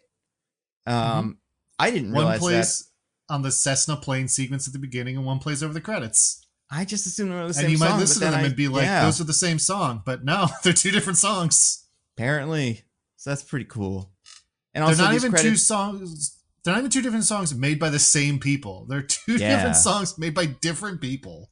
He asked two people to make songs. He thought the first one forgot, so he asked another person. And then later, the second person gave him a song. And then the first person gave him a song, and he was like, oh, okay. And yeah, that's got to be what this is. What was the other thing I was going to say? Oh, these credits are all also on boxes, like all the like opening credits. So yeah, but it's not diegetic anymore. It's just that's what the screen looks like. Bummer. This I kind of want to watch the rest of these. I want to see one more in this series and see how it develops. You said this is like the most beloved of these. It's the most is there a name for them? Certainly. They're called the Lethal Ladies series. Okay. Yeah. Who would you guys say are the main characters of this movie? Donna and Taryn. Yeah, Donna. Well, that is not what the poster would imply. If you look at the poster, it seems like not Jade. Rowdy. Yeah, it seems like Rowdy's. How can you guys consistently forget the man whose name is Rowdy? I've started remembering it, so I'm good. But if you look at the poster, it's like, oh, Rowdy's the main character. Well, that poster's wrong. I don't know what to tell you. Was he from the last movie? No, they say like Rowdy's cousin was the guy in the last movie. Right, but he's not like the actor in it or anything. Like he's not like a guy that people are like, oh, it's him. We love him. It's my favorite. I don't believe so. Let me double check. The character in that movie seems to have a mustache. Okay. The main guy of that movie was named. The actor is Darby Hinton. Yeah. And this one is the guy Rowdy in this movie is played by Ron Moss, who later went on to have like a 20-year stint in a soap opera. Oh, that feels right. Beautiful. Yeah, it's very beautiful and somewhat bold. But that's what he's most well known for. So there's just like a bunch of people who know him from being this soap opera character for decades, and then also he did Hard Ticket to Hawaii. That's so. Well, now I'm looking at this because the other guy, Darby Hinton, also had a huge stint on Days of Our Lives. Do you think many of these guys ended up going to soap operas after this or something? If this I was mean, like what a do you door, do? Like, because there's kind of like a window in how like you do these, right? yeah. So Yeah, and honestly, like I feel like there's a lot of shared DNA in acting style between something like this and a soap opera. Yeah, I that's true. agree. Yeah, it's yeah. I guess that's what's true for the guys. I don't see the women showing up in a lot of stuff. In fact, Donna, her last thing is in 1993, and it's the last Oh, one of wow. these. So I guess she was just in it for the Sedaris pictures, because she, Well, they were, according to they IMDb, were, seems to still be alive. like I said, they were like porn models, so like they Yeah. might have just gone back to doing that. That's fair. I think they And had like, the hey, juice. I think nothing against they could have that. been. I mean, They could have been stars. That's where the money is. You think they're doing all right today? I think. I don't know about today, but I think they. Yeah. You think it's really problematic? Well, I don't know if the money's dried up, but I bet during the time while these were going, they were probably having a good time filming these Yeah. stupid movies in Hawaii. Apparently, Donna was having too good of a time. That's true. Maybe not Donna, but the other one, Taryn. I feel like it's pretty good for her. And yeah, You're I'm just so hanging out in surprised. Hawaii filming some absolutely buck wild shit. Like, Yeah. seems like fun to me. Mm-hmm. Yeah. So if we ever do another one of these, I guess I'm looking at the list now. Savage Beach seems like it's the next like big one. Although Picasso Trigger also seems to have most of these characters in it. I don't know, but I wouldn't be shocked if these ever come back, Well, or if we hey, skip right to listen. Lethal Ladies Return to Savage Beach. Hey, See if we can put the plot together in our heads. Hey, listen, if you guys want to do another one of these, that's going to be up to you. If I ever get another pick, I'm going to jump to a completely different kind of trash. That's fair. well, we yeah. still have I mean, we have all of our debt has been decided, right? And we still have like a couple, like a good amount. Yeah, of we've debt got 2 or still. 3 left. Yeah, we've got. So I just want to go over them real quick. So to remind the listeners and myself, we have to do Babylon. Yep, That's right. There's an anime movie someone wants us to watch. Mm-hmm. I think it's Lupin the Third. I think it's the first Miyazaki movie. Oh, is it Lupin the Third? Oh, But I think we're doing different translations of it. I think that's the bit, which we'll get to. But okay. yeah, I think so. I'm not positive, but I'll look it up. I mean, I would look forward to that if that's what it is. Is there a third one? I feel like there's a third one. The most recent one. Oh God, the hacker movie with Hugh Jackman. Oh, Swordfish. Yeah, Swordfish. Yes. How could I forget Swordfish? I was gonna. Oh man, I got very excited for a second. Cool. Yeah, Swordfish is sick. Yeah, I can't wait for that one. So, but next week, guys. Yeah, what is next The week? most Comes early. anticipated cinematic event of the year. Santa brought it early this year. Oh my god, Santa did bring right. it early. And Santa's jacked. Santa's a muscle mommy. That's what I like to hear. Does Santa have a muscle mommy in this? Is there a lady like a what do you call it? A character? Mrs. Claus, who's also jacked? Yeah. I hope so. God, I hope so. That would be brave. 10 out of 10 movie if they did that. Right? Like who would that even be? Like that one what's her name? She starts showing up in everything from the movie with the giant women. Spoiler alert. The one, you know what I'm talking about? Oh, you're talking about Love Lies Bleeding. Yes, I can't remember yeah. the actress's name though. Yeah, she would be if they don't have a Mrs. Claus yet and they want to make another one, get her.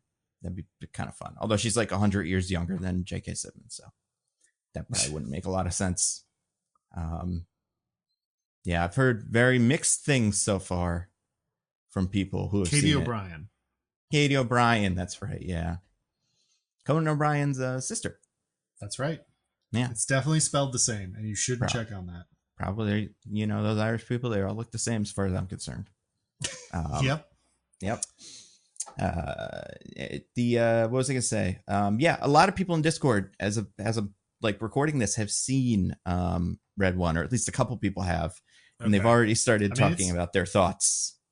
It's out, you know. It's out in the wild. We could go watch it right now if we wanted.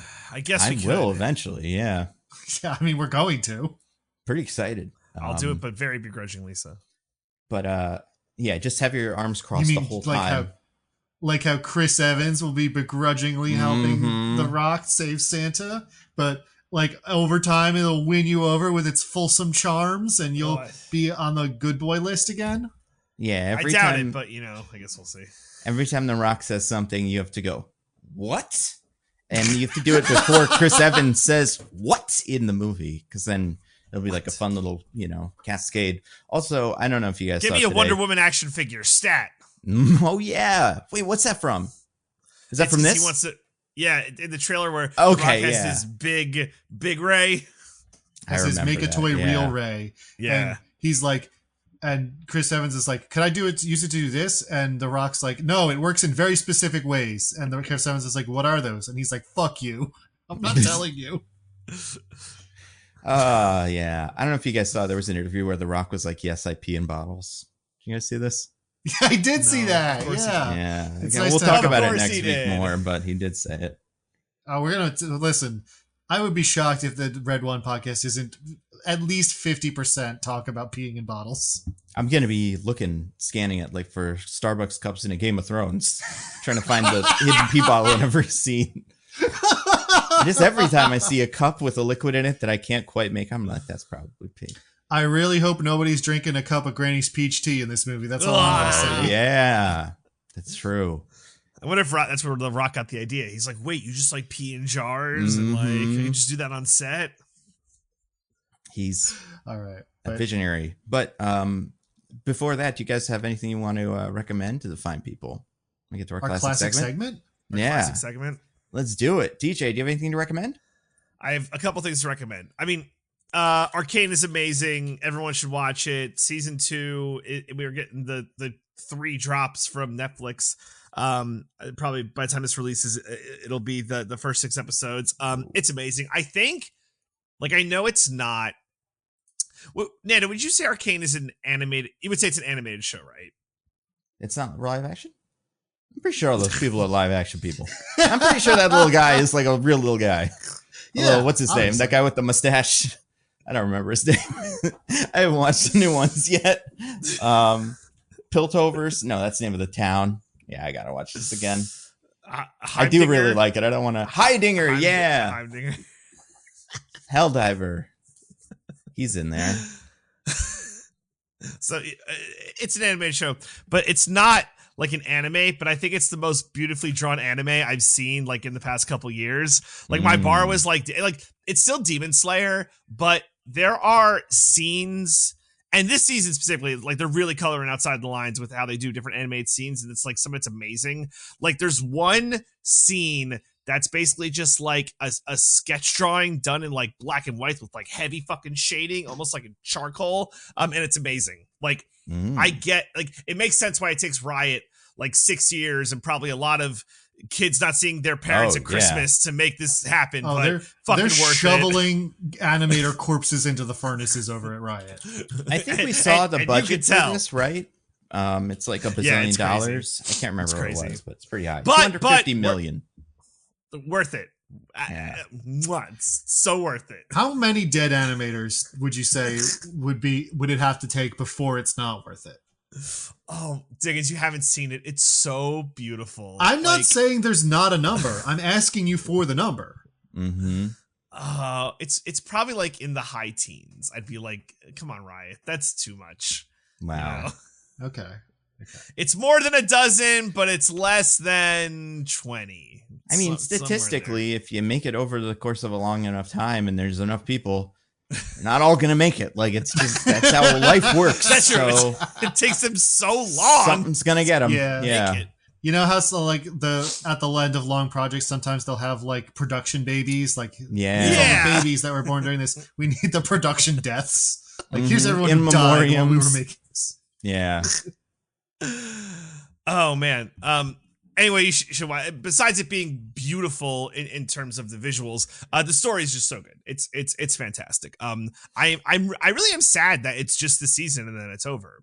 I feel like I could watch like 10 more seasons of the show. I love it so much. Well, are they going to make more stuff in the universe, but not with these guys, right? Because I don't know too much about League, but I know the characters. This is not all of them. There's all kinds of other shit going on in this world. And I do think that is the plan, but it's going to take them forever. Yeah. Right. Like we're going to get a season every like 4 years because of, how awesome it is. But I guess it's fine. But even this story, I'm like, oh, there's, I feel like there's so much they could build upon, but it's fine. It's all good. So that Arcane, that's easy one. Number 2. Okay, guys, have you heard? So I was watching, I think it was Saturday, and I was just like going through my YouTube TV, like I don't know what to watch, and I saw something pop up on like ESPN News, and I think they were doing the Ocho thing. Guys, have you heard of CarJitsu? No, but I can make some suppositions based on. Yeah, I've got a guess. What do you think CarJitsu is?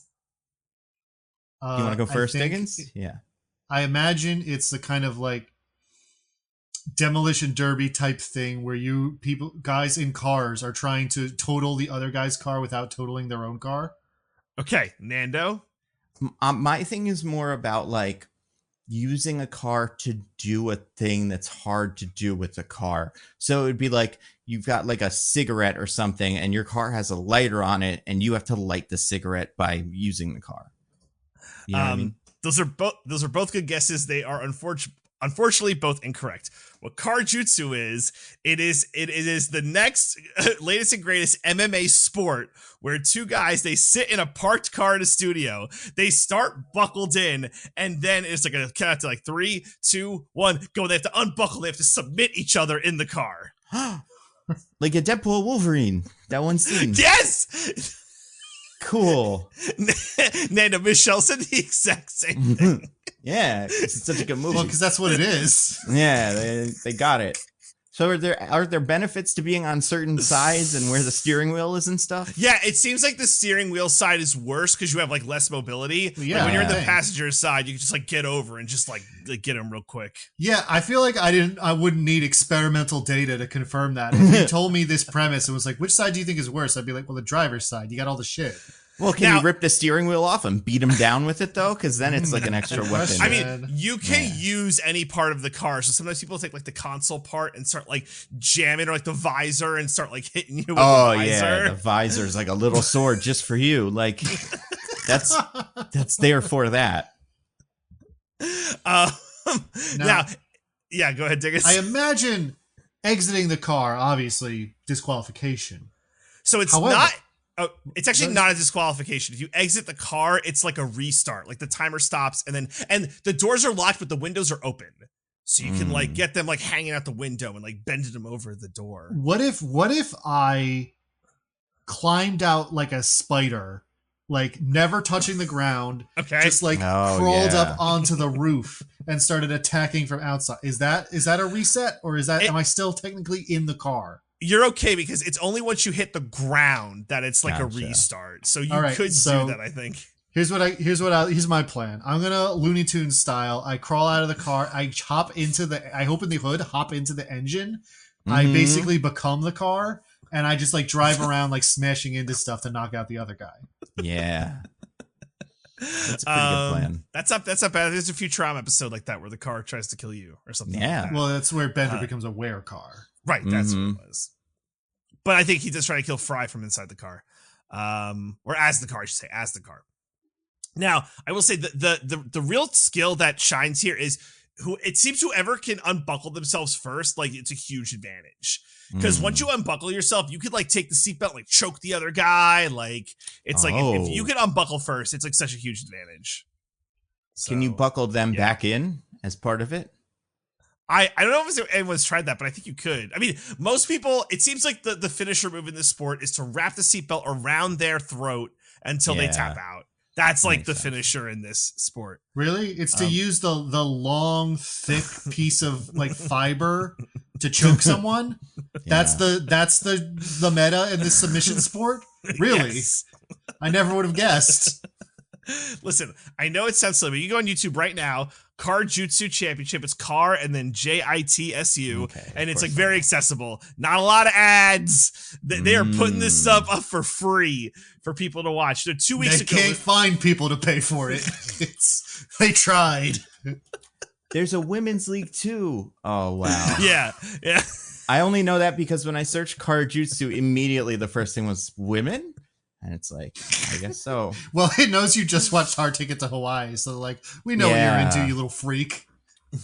I mean, my But goodness. if you go to like their playlist, like all of like the CarJitsu things are like named like something cheeky, like CarJitsu 12, New Blood. This was 2 weeks ago. It's the most recent one. CarJitsu 10, Moving Violation. CarJitsu 11, Uprising. There's like all these like cheeky names. But 12 is the most recent one. You know, we get like one of these a month, so it's not a very old sport. It's just on the come up. But they then followed this on ESPN with like it was like another weird wrestling thing, which was much less compelling. But like you're wrestling around these two stacked like monster truck tires, and the goal is to get the other person inside the cavity of the monster truck tires. Oh, that one was okay. I was more about CarJitsu. I don't even know what that other sport's called. It might have been tire wrestling, but that sounds very different. yeah. But yeah, I would say check out CarJitsu. It's there's something there. Michelle hates it. I told her I want a CarJitsu shirt for Christmas, but she won't do it. But yeah, you want a CarJitsu what? Shirt, like a t-shirt. Like I want a CarJitsu t-shirt. I thought you were saying you wanted a stint in the ring. Yeah. Oh God, no. You think you'd be any good at it? I don't think so. I don't think I'd be good at it. Yeah, you know what? This is a sport where the shorts shine. We can move around so easily in the car compared to any talls. Little monkeys. I think I would try and get into the back seat and try and maneuver from there. Right? Oh, for sure. I mean, kick the seat down with the recliner and then kind of, like squirm behind out. the other guy. I like that.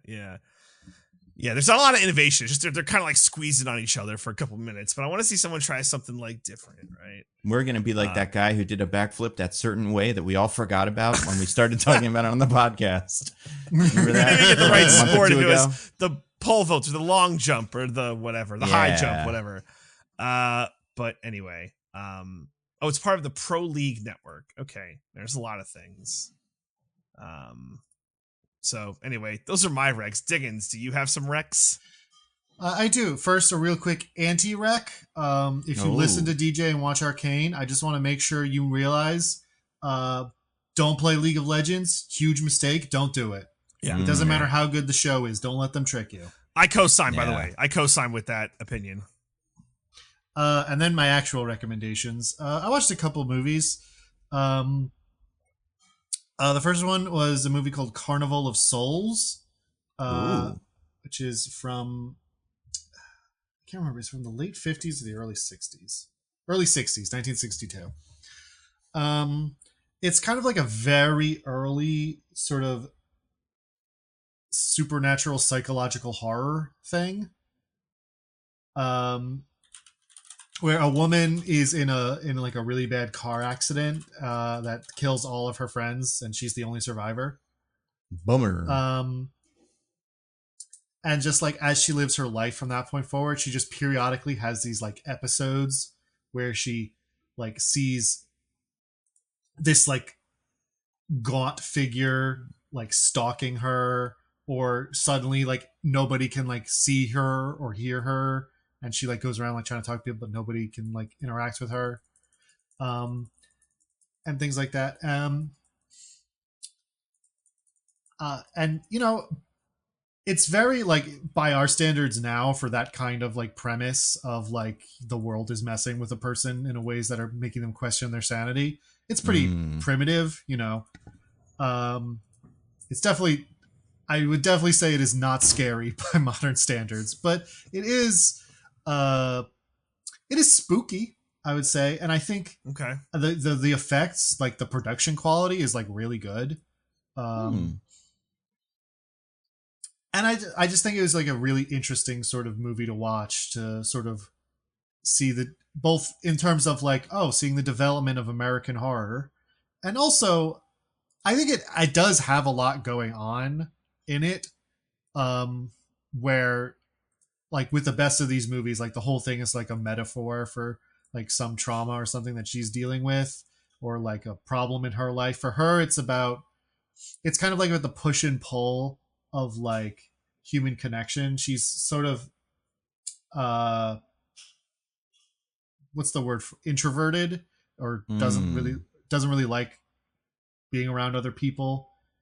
But then, you know, when all this happens, she starts like desperately needing it. It's sort of like the push and pull of that, of like not wanting something but needing it.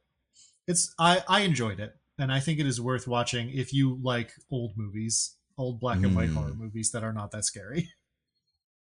I also finally, months after starting it, did the second part of my Michael Mann retrospective. And I watched The Keep, his second movie. A movie he has said that he is dissatisfied with and is not very good. Nice. And you know what? I can totally see why he says that. He's not wrong. It's not what a great movie. What the fuck is this? Oh my God. I'm looking at it now. Yeah. The Keep is a movie about during World War II, a like platoon of Nazi soldiers being stationed at this like castle in Romania to guard like a mountain pass. Mm-hmm. But the castle is like turns out to guard some sort of like ancient malevolent monster or spirit that gets unwittingly released. And so it's sort of about this monster like stalking and killing the Nazi soldiers, and then other people who are perhaps anti-Nazi, and sort of the interesting thing about it is it's actually quite forthright. A young a like 40-year-old Ian McKellen shows up as like a Jewish history professor that they like forced to come in to try to help them solve the problem. And he's like, when he meets the monster, he's like, "You're probably not as bad as the fucking Nazis, so actually I'm on your side." That's true. And then he learned and then became Magneto. That was the first step in his Magnetoing, you know? That's right. Mm-hmm. Loves that. The plot is bad. It's very meandering, and it kind of it feels like it doesn't have a lot of like propulsion behind it. Things sort of just happen. And I think that's mostly why it's not very good, and why I understand Michael Mann saying he's not happy with it. But that being said, I think it's really good at creating atmosphere. I think the effects are like really cool. Like the scenes with the monster are like the kind of effects they use to create the monster, and like the things it does are like, they look really good. Some of them are clearly from the 80s, but otherwise the practical parts of it look really good. The soundtrack by Tangerine Dream, obviously a banger. And honestly, no movie where a monster explodes a Nazi is that bad. Fair enough. So that's The Keep. It's definitely not one of his... I mean, I guess I've only watched 3 of his movies now. It's definitely the worst Michael Mann movie I've watched so far. Yeah, I'm trying to think. Has he ever done anything else that's like supernatural? It's not what I know him He doesn't for. Usually. It's kind of an oddball in his career.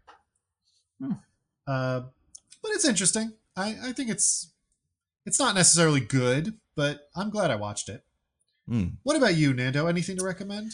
You know, it's been a little while. So finished Penguin, loved it. Finished, no, actually didn't finish. You know what I watched? Didn't have really strong feelings on was the show Teacup on Penguin, or Penguin, excuse me, on Peacock. On Penguin, that's right. Yeah, on Penguin. And it's about like it's an adaptation of a sci-fi novel that's kind of horror. It's very Stephen King light. Or not light, but just like one of the things made in the image of Stephen King. It's okay. I didn't love it, didn't hate it. I haven't watched new Silo yet. Very excited for that. Haven't watched Arcane yet. Also very excited for that.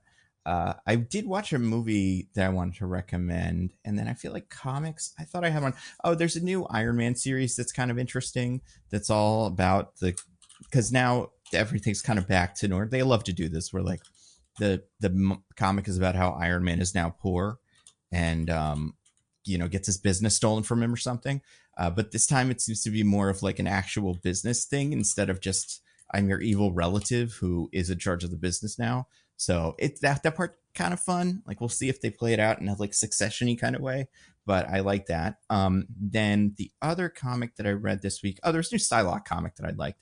That's it. Psylocke's fun.